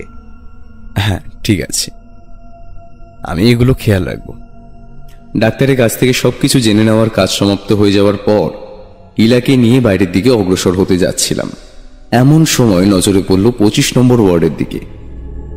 বাচ্চাটিকে হাতে নিয়ে আপাত মস্তক অদ্ভুতভাবে তাকে লক্ষ্য করছিলেন লোলা। তারপর তার সারা গায়ের গন্ধ শুকছিল, যেন কোনো খাবারের স্বাদ নেবে এমন। আমার গাটা হঠাৎ গুলিয়ে উঠল। বাইরে গিয়েই কিছুটা বমি করে ফেললাম। সবকিছুর সাথেই কেমন একটা বৈরিতার সম্পর্ক তৈরি হয়ে গেছিল। নিজের অজান্তেই ইলার থেকে অনেকটা আলাদা হয়ে পড়েছিলাম। তার খেয়াল রাখার চেয়েও বেশি জরুরি হয়ে পড়েছিল লোলার সত্যটা জানা। কিন্তু জানতাম এই কাজ সহজ হবে না। অন্তরে যে কোনো একটি ভয়ঙ্কর রহস্য লুকিয়ে রয়েছে, সেই বিষয়টি আমি আগেই টের পেয়েছিলাম। ইলা, ভেতরে যাও, আমি পরে তোমার সাথে কথা বলবো। আর শোনো, আমি না ফেরা পর্যন্ত বাইরে এসো না। আর একটা কথা, দয়া করে আমি না ফেরা পর্যন্ত লোলা বা রিয়াজকে ঘরের ভেতরে ঢুকতে দিও না, মনে থাকবে তো? ইলা আমার কাছে এসে বলল, থাকবে বাবা, থাকবে। মাঝে মাঝে তুমি আমার একটু বেশি খেয়াল করে ফেলো। অবশ্য সেটাতে আমার কোনো আপত্তি নেই। ইলা ঘরে চলে গেল। ওকে না জানিয়ে ফ্ল্যাটের পেছনের দিকটা এগিয়ে গেলাম। জায়গাটাতে যেতেই গাটা আবার একবার গুলি উঠল। ওই বিশ্রী পচা গন্ধ নাকে আসতেই শরীরটা আনচান করতে লাগলো। একটি প্যাকেট দেখে সামনের দিকে এগিয়ে গেলাম। বিশ্রী গন্ধটা আরো প্রখরভাবে নাকে আসতে লাগলো। ঠিক এইরকমই একটি গন্ধ রিয়সের গায়েও গতকাল পেয়েছিলাম।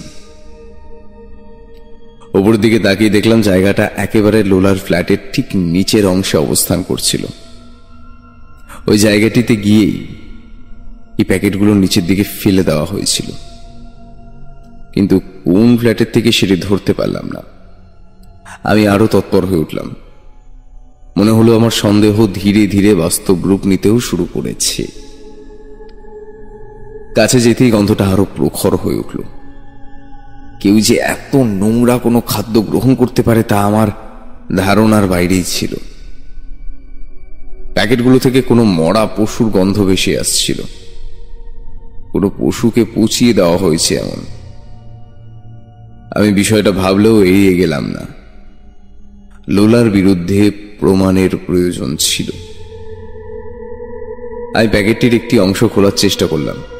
সেটিকে খুব শক্ত করে বেঁধে রাখা হয়েছিল। আমি অনেক চেষ্টার পরেও সেটিকে খুলতে পারলাম না। আরো জোরে কাজটা করতে যাব ভেবে একটি জিনিসের উপর পা রেখে ব্যালেন্স রাখার চেষ্টা করলাম। পায়ে লাগতেই মনে হলো নরম কিছু যেন আমার পায়ের সাথে স্পর্শ করতে চাইছে। জিনিসটা বোঝার আগেই দেখলাম সেই বাক্সটির মুখটা খুলে গেল। আমি পা সরাতেই একটা ঝুলন্ত মুন্ডু ওখান থেকে বেরিয়ে এলো। বাকি অংশটা রক্ত আর নাড়ি ভুড়িতে আবৃত ছিল। পচা গন্ধে অস্থির হয়ে উঠলাম, আবার বমি করে ফেললাম। কোন জন্তুর কাটা ছিন্ন ভিন্ন দেহটা আমার চোখের সামনে পড়ে গেল। জন্তুটি দেখতে অনেকটা মানুষের মতোই ছিল, তবে বোঝা যাচ্ছিল না। এই অঞ্চলে এমন অনেক প্যাকেট পড়ে থাকতে দেখলাম। মনে হলো সব জায়গা থেকেই গন্ধটা কেমন ভেসে ভেসে আমার দিকেই আসছে, আমাকে যেন কেউ লক্ষ্য করছে। উপরের দিকে চোখ পড়তেই মনে হলো লোলার ঘরের জানলাটা খোলা রয়েছে। এতক্ষণ কেউ যেন পর্দা সরিয়ে আমার দিকেই নজর রাখছিল।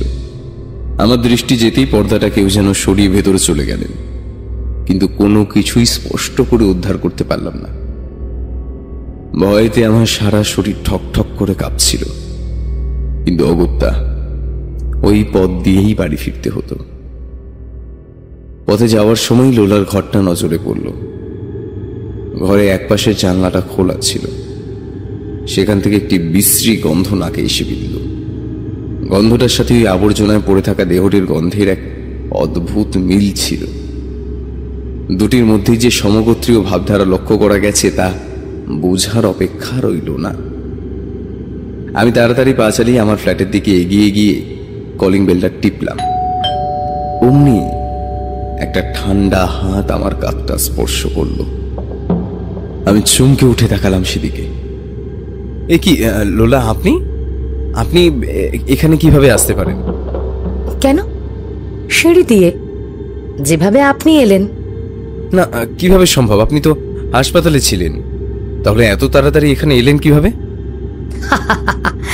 আমি সব জায়গাতেই যেতে পারি। কথাটা শেষ করেই লোলা আমার সামনে থেকে বাতাসে গায়েব হয়ে গেলেন। আমি হাঁফাতে শুরু করলাম। আবার একটা হাতের স্পর্শে চেতনা ফিরল। দেখলাম ইলা দাঁড়িয়ে রয়েছে। একই অবস্থা করেছো নিজের? কার সাথে কথা বলে যাচ্ছিলে? ওদিকে তো কেউ ছিল না। তুমি কি একা একাই কথা বলে যাচ্ছিলে? লোলা, লোলা, ইলা বিশ্বাস করো, লোলা কোনো মানুষ নয়। ইলা সে শয়তান। হ্যাঁ, সেই শয়তান। আমি তাকে এখানে দেখেছি। সে আমার সাথেই কথা বলছিল তুমি আসার আগেই। আমাকে ধরে ধরে ঘরে নিয়ে গেল ইলা। দরজাটা ইশারায় বন্ধ করে দিতে বললাম। আজকে নিজের চোখে দেখে এসেছি ইলা। আমি জানি হসপিটাল থেকে যে বাচ্চাগুলো গায়েব হয়ে যাচ্ছে সেগুলো কোথায় রয়েছে। কি যাতা বলছো? আচ্ছা, তুমি একটা জিনিস লক্ষ্য করেছো? যে হসপিটালে লোলা কাজ করেন শুধুমাত্র সেখানেই এসব হয়েছে, আর কোনো জায়গা থেকে কিন্তু এরকম কোনো ধরনের খবর পাওয়া যায়নি। এর অর্থটা কি? আছে এই সব কিছুর মধ্যেই একটা নিবিড় সংযোগ রয়েছে। এর অর্থ হলো ওই বাচ্চাগুলোকে কেউ সেখান থেকে অন্যত্র নিয়ে এসেছে বা নিজের প্রয়োজনে সরিয়ে দিয়েছে। তুমি যেটা বলছো সেটা খুবই সাধারণ একটা কারণ নিভাস। এর থেকে এটা প্রমাণিত হয় না যে তাদেরকে মিসেস লোলাই গায়েব করেছেন। আমি জানতাম তুমিও বাকিদের মতো শুধু এই দিকটাই বিচার করবে, কিন্তু আমি কয়েনের উভয় দিকটাই লক্ষ্য করে দেখেছি, আর সেই জন্যই আমি এতটা নিশ্চিত হতে পেরেছি। আজকে যখন আমি ফ্ল্যাটের পিছনে ডাস্টবিনটা দেখছিলাম, তখন হঠাৎ একটি প্যাকেট আমার চোখের সামনে খুলে যায়। সেখানে আমি কিছু পচে যাওয়ার নাড়ি ভুঁড়ি দেখতে পাই। সেটি কোনো জন্তুর ছিল নাকি মানুষের আমি জানি না, তবে এটুকু বলতে পারি কেউ যেন কোনো জন্তুকে অতখানি সযত্নে প্যাকেটে মুড়িয়ে রাখে না। আমরা কেনই বা একটা প্রাণীকে এতটা সযত্নে ফেলতে যাব? তুমি বলো না, আমাদের মধ্যে কি এরকম একটা প্রবৃত্তি চট করে নজরে পড়ে? সেটা অবশ্য ঠিকই বলেছ, কিন্তু ওখানে কি এরকম একটাই প্যাকেট নজরে পড়েছিল তোমার? যদি তাই হয়ে থাকে তাহলে কেউ হয়তো নিজের বাড়ির পোষ্যকে ওভাবে ফেলে এসেছিল। না, প্রথমত নিজের প্রিয় প্রাণীটিকে কেউ ওভাবে ফেলে আসবে না, আর দ্বিতীয়ত ওখানে আমি এরকম একটা প্যাকেট দেখিনি, বেশ অনেকগুলো প্যাকেট দেখতে পেয়েছিলাম। আর সব থেকে অবাক লাগার বিষয়টা কি ছিল জানো? আমি আজকে যখন মিসেস লোলার ফ্ল্যাটের সামনে দিয়ে এদিকে আসছিলাম, তখন ওনার একটি জানলা খোলা ছিল। এদিকে আসবার সময় আমার নাকে একটা বিশ্রী গন্ধ আসে। তুমি বিশ্বাস করবে কিনা জানি না, সেই গন্ধের সাথে ডাস্টবিনে পাওয়া গন্ধটির হুবহু মিল ছিল। আর আমি এ বিষয়ে একেবারেই নিশ্চিত, ওই বাচ্চা গায়েব হয়ে যাওয়ার ব্যাপারে সাথে তারা কোনোভাবে জড়িয়ে রয়েছেন। আমাকে যেভাবেই হোক লোলার ঘরে যেতেই হবে। আমি নিশ্চিত ওখানে গেলে আমি এমন কিছু সন্ধান পাবো যা দেখা মাত্রই আমি পুরো বিষয়টা সম্পর্কে নিশ্চিত হয়ে যেতে পারবো। কিন্তু তুমি যাবে কিভাবে? আমি যাব। তুমি আরো একটা জিনিস বোধহয় লক্ষ্য করোনি। যেদিন থেকে এই খবরটা আমাদের কানে এসেছে, তারপর থেকে রিয়াসের আমাদের ফ্ল্যাটে আসা বন্ধ হয়ে গেছে। শুধু তাই নয়, সেদিন সে তার মায়ের হাতে থাকা ব্যাগটার দিকে হা করে তাকিয়েছিল।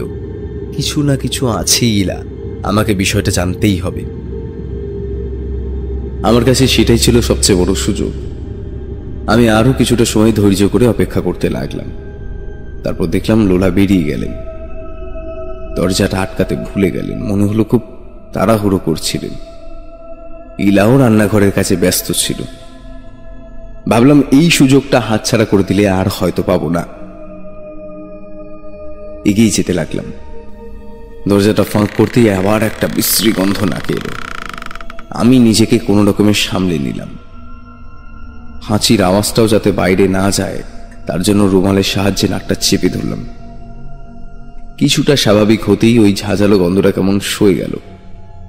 আমি এক পা করে এগোতে শুরু করলাম। সামনেই একটা বসার ঘর নজরে পড়ল। মনে মনে ঈশ্বরকে স্মরণ করতে বললাম, যেখানে কেউ কোনোদিন আসার সাহস পায়নি আমি সেখানে এসেছি। রাতের বেলা এমনিতেও এই ঘরে আসা সম্ভব ছিল না। লোলার দৃষ্টি এড়িয়ে এই কাজটা আমাকে করতেই হতো। আমি এগোতে থাকলাম। সামনেই একটা রান্নাঘর নজরে পড়ল।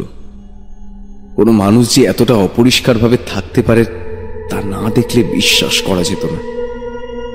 সামনে একটা শোয়ার ঘর নজরে পড়ল। উকি দিতেই দেখলাম বিছানার চাদরটা লাল রক্তে একেবারে আবৃত হয়ে রয়েছে। আমি চমকে উঠলাম। দরজার ফাঁক দিয়ে বেশ কিছুটা উকি দিতেই নজরে পড়ল একটা মানব শরীর উপর হয়ে শুয়ে কিছু একটা লক্ষ্য করছিল। তারপরেই সেটাকে ছিঁড়ে ছিঁড়ে খেতে শুরু করলো। আমার সারা শরীর ঘিন ঘিন করে উঠল। আমি দরজাটা ধীরে ধীরে খুলে সেদিকে এগিয়ে গেলাম। নজরে পড়ল একটা বছর শতকের ছেলে। আমার দিকে ফিরতেই দেখলাম তার সারা মুখে রক্ত। হাতে রয়েছে একটি তরতাজা হৃৎপিণ্ড, যেটিকে সদ্যজাত একটি বাচ্চার শরীর থেকে আলাদা করে দেওয়া হয়েছে। আমি আর নিজের ভয়কে লুকিয়ে রাখতে পারলাম না। এতক্ষণ যা ভেবেছিলাম সবটাই ছিল কল্পনার ভাগিদার, কিন্তু তখন সবটাই চোখের সামনে ঘটতে দেখছিলাম। দেওয়ালের কাছে গিয়ে দাঁড়িয়ে পড়লাম। রিয়াস আমায় দেখে হৃৎপিণ্ডটা আমার গায়ে সজোরে ছুঁড়ে মারল, আর তারপরেই বাতাসের চেয়েও দ্রুততার সাথে যেন কোথাও গায়েব হয়ে গেল, ঠিক যেভাবে গতকাল রাতে লোলা গায়েব হয়ে গেছিল। সামনের দিকে চোখে পড়তেই দেখলাম একটি বাচ্চার শরীরকে ছিন্ন ভিন্ন করে ছিঁড়ে ফেলা হয়েছে। হাঁ করে সিলিং এর দিকে তাকিয়ে রয়েছে সেটি। এই নিষ্পাপ শিশুটিকে যে কেউ এইভাবে শেষ করে ফেলতে পারে তা আমার ধারণার বাইরে ছিল। আমার সন্দেহটা আরো প্রখর হলো। নিজের ভয়কে সংযত করলাম। এই ছেলেটি তার মানে বাচ্চাগুলোর শরীর থেকে হৃৎপিণ্ড টেনে ছিঁড়ে খায়, আর লোলা সেটির যোগান দিয়ে যান। পিছনের দিকে তাকাতে যাব এমন সময় মাথায় প্রচন্ড জোরে একটা আঘাত পেলাম। ব্যাস, আর কিছুই মনে ছিল না। যখন চোখ খুললাম তখন দেখলাম লোলার ফ্ল্যাটের বাইরে পড়ে রয়েছি, কোথাও কিছুই নেই। বুঝতে পারলাম না। উঠবার সময় মাথায় প্রচন্ড রকমের যন্ত্রণা অনুভব করলাম। কোনো রকমে কাতরাতে কাতরাতে নিজের ফ্ল্যাটের উদ্দেশ্যে এলাম। ঘরের দরজাটা খোলা মাত্রই একটি আর্তনাদ কানে এলো। দেখলাম ইলা পিঠে হাত দিয়ে সজোরে চিৎকার করছে। কি হয়েছে জিজ্ঞাসা করতেই দেখলাম সে পড়ে রয়েছে। পা পিছলে পড়ে যাওয়ায় পেটে অসহ্য যন্ত্রণা শুরু হয়ে গেছিল। তখন 7 মাস। মাথায় এলো প্রিমেচিওর ডেলিভারি করাটাও এখন যথেষ্ট ঝুঁকির কাজ হবে। তবুও কোনো দিকে না ভেবে ইলাকে নিজের কোলে তুলে দৌড়তে শুরু করলাম।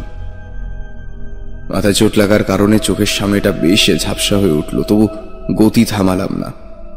তার প্রাণ রক্ষার বিষয়টি তখন আমার কাছে সবচেয়ে প্রয়োজনীয় হয়ে উঠেছিল। গাড়িটা সজোরে চালাতে শুরু করলাম। হসপিটাল এসে জানতে পারলাম ডক্টর বিশ্বাস নেই। ইমার্জেন্সিতে খবর দিতেই শুনলাম সবকটি ওটি বুক হয়ে গেছে। সেদিন ঈশ্বরের কৃপায় জেনারেল ওয়ার্ডেই ইলার অপারেশনের ব্যবস্থা করা হলো। মেডিকেল টিমটি অবস্থার কথা ভেবে আমাদের পাশে দাঁড়ানোর সিদ্ধান্ত নিলেন।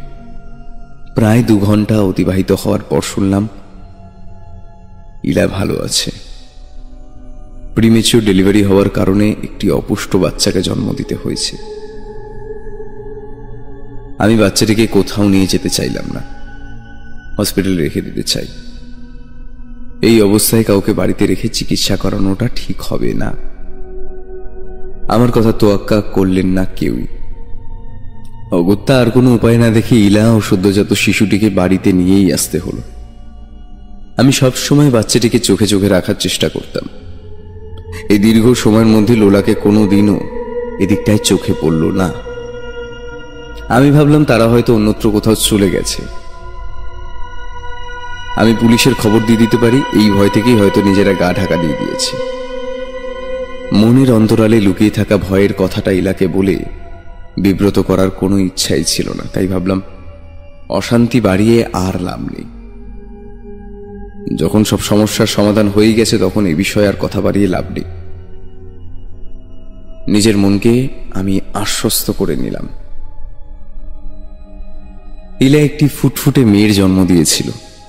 3 মাস বাদে আমরা প্রথম তাকে নিজের কোলে তুলে নেওয়ার সৌভাগ্য অর্জন করতে পেরেছিলাম। তার মুখের হাসিটা আমাদের সব দুঃখ কষ্টকে অচিরেই ভুলিয়ে দিয়েছিল। হঠাৎ দেখলাম লোলার ঘরের দরজাটা খোলা। ইলার দিকে তাকিয়ে বললাম, তাহলে কি ওরা আবার ফিরে এসেছে? আমি কি করে বলবো নিবাস, তুমি তো জানোই এতদিন ধরে আমি পুরোপুরি ভাবে শয্যাশায়ী ছিলাম। না না ইলা, বিষয়টা এতটাও সহজ হতে পারে না। আমার মনে হয় কোথাও একটা বড় গন্ডগোল হয়ে যাচ্ছে। পরের দিন ভাবলাম কোথাও একটা চাকরির সন্ধানে বেরোই। আশেপাশে কিছু একটা ব্যবস্থা হয়ে গেলেই ভালো হবে। অন্তত আগামী 2-1 মাস নিশ্চিন্তে কাটিয়ে দিতে পারবো। তখন ইলা অনেকটাই সুস্থ হয়ে উঠেছিল। নিজের পাশাপাশি আমাদের ছোট্ট পরীর খেয়াল রাখার জন্য প্রস্তুত হয়ে গেছিল। আমি সেই ভরসায় নিশ্চিন্ত হয়ে কাজের সন্ধানে বেরিয়ে পড়লাম। ভাবতেই পারিনি ফিরে এসেই এমন কিছু দেখতে হবে, যা হয়তো আমার ধারণারই বাইরে ছিল। আমি 4 ঘন্টা শহরে বিভিন্ন জায়গায় ঘুরে বেরিয়েও কোনো কাজের সন্ধান পেলাম না। নিজের প্রতি তীব্র ঘৃণা জন্মে গেছিল। বারবার মনে হচ্ছিল যে আশা নিয়ে সংসার সাজিয়েছিলাম তার একাংশ পূরণ হলো না। নিজেকে অপরাধী সাব্যস্ত করা ছাড়া আমার কাছে আর কোনো উপায় অবশিষ্ট ছিল না। বাড়ি ফিরতেই দেখলাম দরজাটা খোলা। ফিরতে ফিরতে সন্ধে হয়ে গেছিল। ওরকম ভাবে ফ্ল্যাটের দরজাটা হাট করে খোলা অবস্থায় দেখে মনের মধ্যে হাজার বাজে চিন্তা উদয় হতে লাগলো। তবুও নিজেকে সাবধান করতে লাগলাম। জানি না কেন সেদিনটাও আমার কাছে তেমনটাই ছিল। বারে বারে আগে অতীতের কথাগুলোকে মনে করিয়ে দিয়ে যাচ্ছিল। ইলার সেই মুখটা, সেই হাসিটা, আমাদের প্রথম দেখা হওয়া, একে অপরের কাছে আসা। হঠাৎ চেতনা আসতেই দেখলাম ঘরের মধ্যে চাপ চাপ রক্ত পড়ে রয়েছে। বাচ্চাটার দোলনাটার দিকে চোখ পড়তেই দেখলাম আমার মেয়েটা মাটিতে উপুড় হয়ে পড়ে রয়েছে। ওর ঘাড়টাকে কেউ পিছনের দিকে ঘুরিয়ে দিয়েছে। হাত দুটোকে শরীর থেকে আলাদা করে দেওয়া হয়েছে। হৃৎপিণ্ডের জায়গাটা ফাঁকা।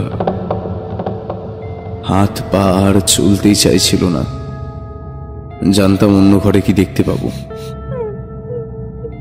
গোমানির শব্দটা কানে আসতেই আর নিজেকে ধরে রাখতে পারলাম না। এগিয়ে গেলাম সেদিকে। আমি আর এই যন্ত্রণা সহ্য করতে পারছি না নিবাস। ও আমার হাতটা কেটে দিয়েছে। আমাকে প্লিজ বাঁচাও, প্লিজ আমার কাছে এসো, আমাকে বাঁচাও আমাকে। কথাটা শেষ করতে না করতেই একটা বড় ভোজালি ওর পিঠ বরাবর কেউ যেন ঢুকিয়ে দিল। একবার নয়, তিনবার এভাবেই আমার চোখের সামনে বিষয়টার পুনরাবৃত্তি ঘটতে শুরু করলো। আমি দর্শকের মতো দাঁড়িয়ে দাঁড়িয়ে এই কঠিন মৃত্যুটা অবলোকন করতে লাগলাম। আমার চোখের সামনে ইলা মেঝেতে নুইয়ে পড়ল। সামনে দেখলাম লোলা সারা শরীরে রক্ত মেখে দাঁড়িয়ে রয়েছে, যেন কেউ আমারই রক্তে স্নান করেছে। আমার পরম সুখে আমার প্রতিটি অঙ্গ প্রত্যঙ্গকে কেটে কেটে সেই রক্তের দ্বারা স্নান করেছে। আজ যখন সবকিছু শেষ হয়েই গেছে, তখন তুইও আর এভাবে বেঁচে থাকতে পারবি না। আমি তোদের দুজনকেই আজ পুলিশে দেব। আমি পুলিশকে সবটা জানিয়েই দেব। আমি এক্ষুনি সব তথ্য জোগাড় করে পুলিশকে দেখাবো। আমি আমার ক্যামেরাটা নিয়ে লোলার ফ্ল্যাটের দিকে এগিয়ে গেলাম। দরজাটা খোলা পেয়ে ঘরের ভেতর ঢুকে গেলাম। দেখলাম আমার মেয়েটিকে একপাশে ফেলে রেখেছে রিয়স, আর ওর হৃৎপিণ্ডরা চিবিয়ে চিবিয়ে খাচ্ছে। আমি আর কোনো ছবি তুলতে পারলাম না। লোলা এসে দাঁড়ালো আমার সম্মুখে। কেন করলেন এরকম? কি ক্ষতি করেছিলাম আমি? কি ক্ষতি করেছিল ওরা? ওদেরকে এভাবে কেন শেষ করলেন? আপনারা কি মানুষ নাকি শয়তান? লোলা হঠাৎ আমার চোখের সামনে থেকে যেন কোথাও গায়েব হয়ে গেল। তারপরেই শুধু তার কণ্ঠস্বর আমার কানে আসতে শুরু করলো। ইসরায়েলের কথাগুলো মনে পড়ছে নিভাস? পাদ্রিকেও নিশ্চয়ই মনে পড়ছে এখন। ওরা তোমাকে বহুবার সাবধান করেছিল, শয়তান কোন রূপে আসবে কেউ জানি না আমরা। আমার অস্তিত্ব নেই। আমি তাকে নিজের মধ্যে বাঁচিয়ে রেখেছি। আমরা মানুষের হৃৎপিণ্ড ভক্ষণ করে নিজেদের বাঁচিয়ে রেখেছি। দেখবে আমাদের আসল রূপ দেখবে। আবার আমার চোখের সামনে হঠাৎ উদয় হলো লোলা। তার রূপটা দেখার পরেই আমার হাত থেকে ক্যামেরাটা পড়ে চৌচির হয়ে গেল। এক বৃদ্ধা আমার চোখের সামনে দাঁড়িয়েছিলেন। আমি বাকরুদ্ধ হয়ে গেলাম। রিয়সকে দেখেও আমার কথা বলার ক্ষমতা একেবারে হারিয়ে গেছিল। দুজনের কেউই সুস্থ ছিলেন না। ক্ষণিকের জন্য আমার সামনে ওভাবে নিজেদের প্রকাশ করবার পরেই তারা ওই রক্তমাখা শরীরটা নিয়ে আবার নিজেদের বাস্তবিক রূপে ফিরে এলেন। দেখলে আমাদের আসল রূপ। আমরা এত বছর ধরে এভাবেই বেঁচে রয়েছি। কয়েক হাজার বছর ধরে আমরা নিজেদেরকে এভাবে বাঁচিয়ে রেখেছি। এই আধুনিক সমাজের কাছে এই সবকিছু হয়তো মিথ্যা, কিন্তু শয়তানের উপাসকরা পারেন না বলে এমন কোনো কথা হয় না। তাদের কাছে সবকিছু সম্ভব। অসম্ভবকে সম্ভব করে দেখানোর মতো সমস্ত ক্ষমতা তাদের শয়তান দিয়েই দেন। আমরাও নিজেদেরকে এতগুলো যুগ ধরে বাঁচিয়ে রেখেছি। আমরা আমরা কাঁচা রক্তে স্নান করে নিজেদের বাঁচিয়ে রেখেছি, আমাদের গায়ের চামড়াকে সজীব রেখেছি এই রক্তে রক্তে রক্তে। হ্যাঁ, সদ্যজাত বাচ্চাদের শরীরকে ছিঁড়ে ছিঁড়ে সেই রক্তে স্নান করতে ভালো লাগে আমাদের। এভাবে এভাবে আমরা আজ জীবন যৌবন ধরে রাখবো। আরে বোকা বোকা পৃথিবী আমাদের কোনো দিন নাগালে পাবে না। আমরা নিজেদেরকে প্রবল প্রবল ক্ষমতাশালী করে তুলেছি। তুমি যা যা দেখেছিলে, সন্দেহ করেছিলে, হ্যাঁ হ্যাঁ হ্যাঁ, তার সবটাই সত্যি ছিল। কিন্তু কিন্তু আমি অনেক চেষ্টা করেছিলাম এই সব কিছুর থেকে তোমাকে দূরে রাখতে। কিন্তু দেখলাম তুমি আমাদের পথে প্রধান অন্তরায় হয়ে দাঁড়াতে পারো। তাই তাই নিজেকে তোমার কাছ থেকে লুকিয়ে রাখতে চাইলাম না। সেদিনকে তুমি ডাস্টবিন দেখতে গিয়েও আমাদের বিষয়ে অনেক কিছু খোঁজাখুঁজি করার চেষ্টা করেছিলে। সেই বিষয়টা চোখে পড়তেই আমি নিজের রাগ আর সামলে রাখতে পারলাম না। আমাদেরকে কোনো দিন নিজেদের লুকিয়ে রাখতে হয় না। একসাথে বহু জায়গায় আমাদের সমান অস্তিত্ব বিরাজ করতে পারে। তোমার সামনে থাকা সত্ত্বেও আমি আরো আরো বহু জায়গায় বিচরণ করতে পারি। সে ক্ষমতা আমাদের থাকে। আমি জিজ্ঞাসা করলাম, আপনি কি? আমিও এক ধরনের শয়তান। শয়তানের রূপ শুধু একভাবে ব্যাখ্যা করা যায় না, তাদের মধ্যে অনেক পার্থক্য থাকে। আমার পরিচিতি ছিল ডাইনির। শয়তানকে নিজে জীবন সঁপে দিয়েছিলাম। আমাকে যিনি বিয়ে করেছিলেন তাকেও আমি শেষ করতে বাধ্য হয়েছিলাম। আমার একটা সন্তানের প্রয়োজন ছিল, না হলে আমি নিজের অস্তিত্ব রক্ষা করতে পারতাম না। আজকে আমার শক্তি সব জায়গায় বিস্তার লাভ করতে সম্ভব হয়েছে, আর কেউ আমাদের পরাস্ত করতে পারবে না। তবে আমি তোমাকেও আমাদের সঙ্গেই নিয়ে যাব। তোমাকে আমার খুব পছন্দ হয়েছে। আমি বাকি জীবনটা তোমাকে নিজের করে বাঁচতে চাই। না, কোনোদিন না, হতেই পারে না। কথাটা বলি পাদ্রির দেওয়া একটা তরল আমি লোলার শরীরে ছুঁড়ে মারলাম। দেওয়ার সাথে সাথে সে কোথায় যেন গায়েব হয়ে গেল। নিমেষে জায়গাটা একেবারে শান্ত হয়ে গেল। তারা কোথায় মিলিয়ে গেছিল আমি জানি না। এরপর সেই পবিত্র জলটিকে আমি ওই ফ্ল্যাটের সর্বত্র ছড়িয়ে দিয়েছিলাম। নিজের মৃত সন্তানটিকে অগ্নি নিক্ষেপ করলাম। তারপর লোলার দেহটিকে নিয়ে ফাদারের কাছে গিয়ে উপস্থিত হলাম। ফাদার সব শুনলেন, কান্নায় ভেঙে পড়লেন। শুধু আমার উদ্দেশ্যে বললেন, লর্ডের উপরে বিশ্বাস হারিও না, তবে তুমি নিশ্চিন্ত হয়েও যেও না, ভেবো না এই বিষয়টা এইভাবেই শেষ হয়ে যাবে। পৃথিবীতে এমন অনেক কিছুই আছে যা আমাদের কল্পনারও বাইরে।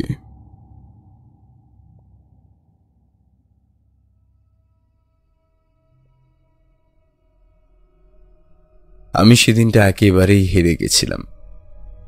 বিধাতা আমার কাছে আর কোনো কিছুই অবশিষ্ট রাখেননি মা। আমি আর পারিনি ওখানে থাকতে। তারপর কলকাতায় পাকাপাকিভাবে ফিরে আসার সিদ্ধান্ত নিয়ে ফেলেছিলাম। সব কথা শেষ করে মায়ের দিকে তাকালো নিভাস। মা, কোথায় গেলে মা? মা, ওদিকে যেও না মা, এভাবে যেও না, এভাবে নিজেকে শেষ করে ফেলো না। আমি জানি এতদিন আমি তোমাকে এইগুলো কথাগুলো বলতে পারিনি। আমি তোমার অপরাধী মা। আমার কাছে তুমি ছাড়া আর কেউ নেই মা।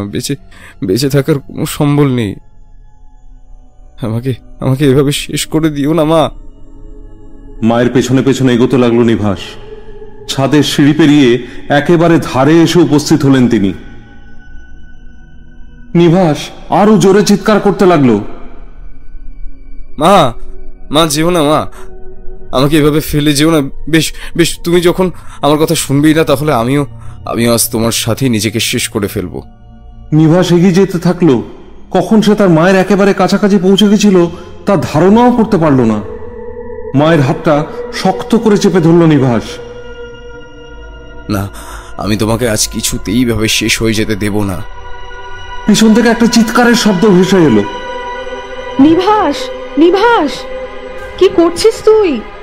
ছাদের ধার ঘেঁষে ওভাবে কেন দাঁড়িয়ে আছিস সোনা? দয়া কর, এই বৃদ্ধাকে দয়া কর। তুই ছাড়া আমার আর কে আছে? পিছনে ঘুরতেই নিভাস দেখলো তার মা দাঁড়িয়ে রয়েছে। তাহলে এটা কি? সামনের দিকে তাকাতেই সে দেখল লোলার চুলগুলো হাওয়ায় উঠছে।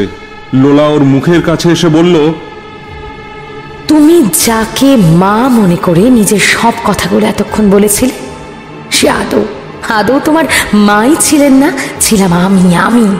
তোমার মনে আছে? তোমার মনে আছে নিভাস আমার কথাগুলো? আমি তোমায় নিয়ে যাবার জন্যই আসতাম, আজ নয় কাল নয় পরশু, কিন্তু এতগুলো দিন আমি তোমার সাথেই ছিলাম। আমি চেয়েছিলাম নিজের জীবনের প্রতি তোমাকে বীতশ্রদ্ধ করে তুলতে, সেই জন্য এতগুলো দিন তোমাকে পৃথিবীর বুকে বেঁচে থাকতে দিয়েছিলাম। তবে এখন তুমি নিজেকে অনেকটাই ভেঙে গুঁড়িয়ে ফেলেছ, আর প্রয়োজন নেই। এবার আমার সাথেই তোমাকে যেতে হবে। আমি তোমার প্রতীক্ষাতেই ছিলাম।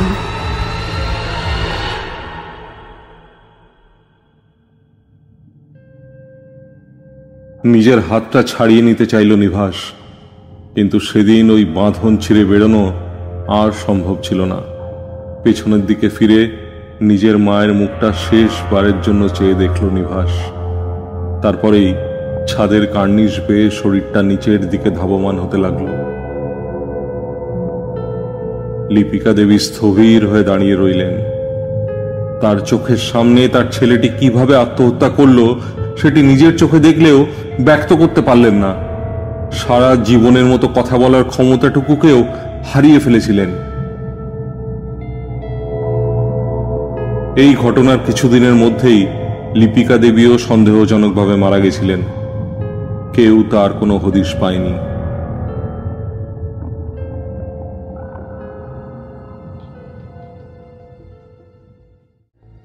আজকের গল্প পাঠে সূত্রধরের ভূমিকায় ছিলাম আমি সঞ্চারী, কথকের ভূমিকায় ছিলেন শ্রী জয়দীপ দত্ত, ইলার ভূমিকায় ছিলেন অঙ্কিতা গঙ্গোপাধ্যায়, নিভাস ও পাদ্রির ভূমিকায় ছিলেন ব্রতদীপ, রিয়সের ভূমিকায় ছিলেন তৃষা, প্রিন্সিপাল ও ডাক্তারের ভূমিকায় ছিলেন পিনাকি, ইজারেলের ভূমিকায় ছিলেন অঙ্কিতা গঙ্গোপাধ্যায়, লোলার ভূমিকায় ছিলেন শ্রীতমা মুখোপাধ্যায় ও নিভাসের মায়ের ভূমিকায় ছিলাম আমি সঞ্চারী।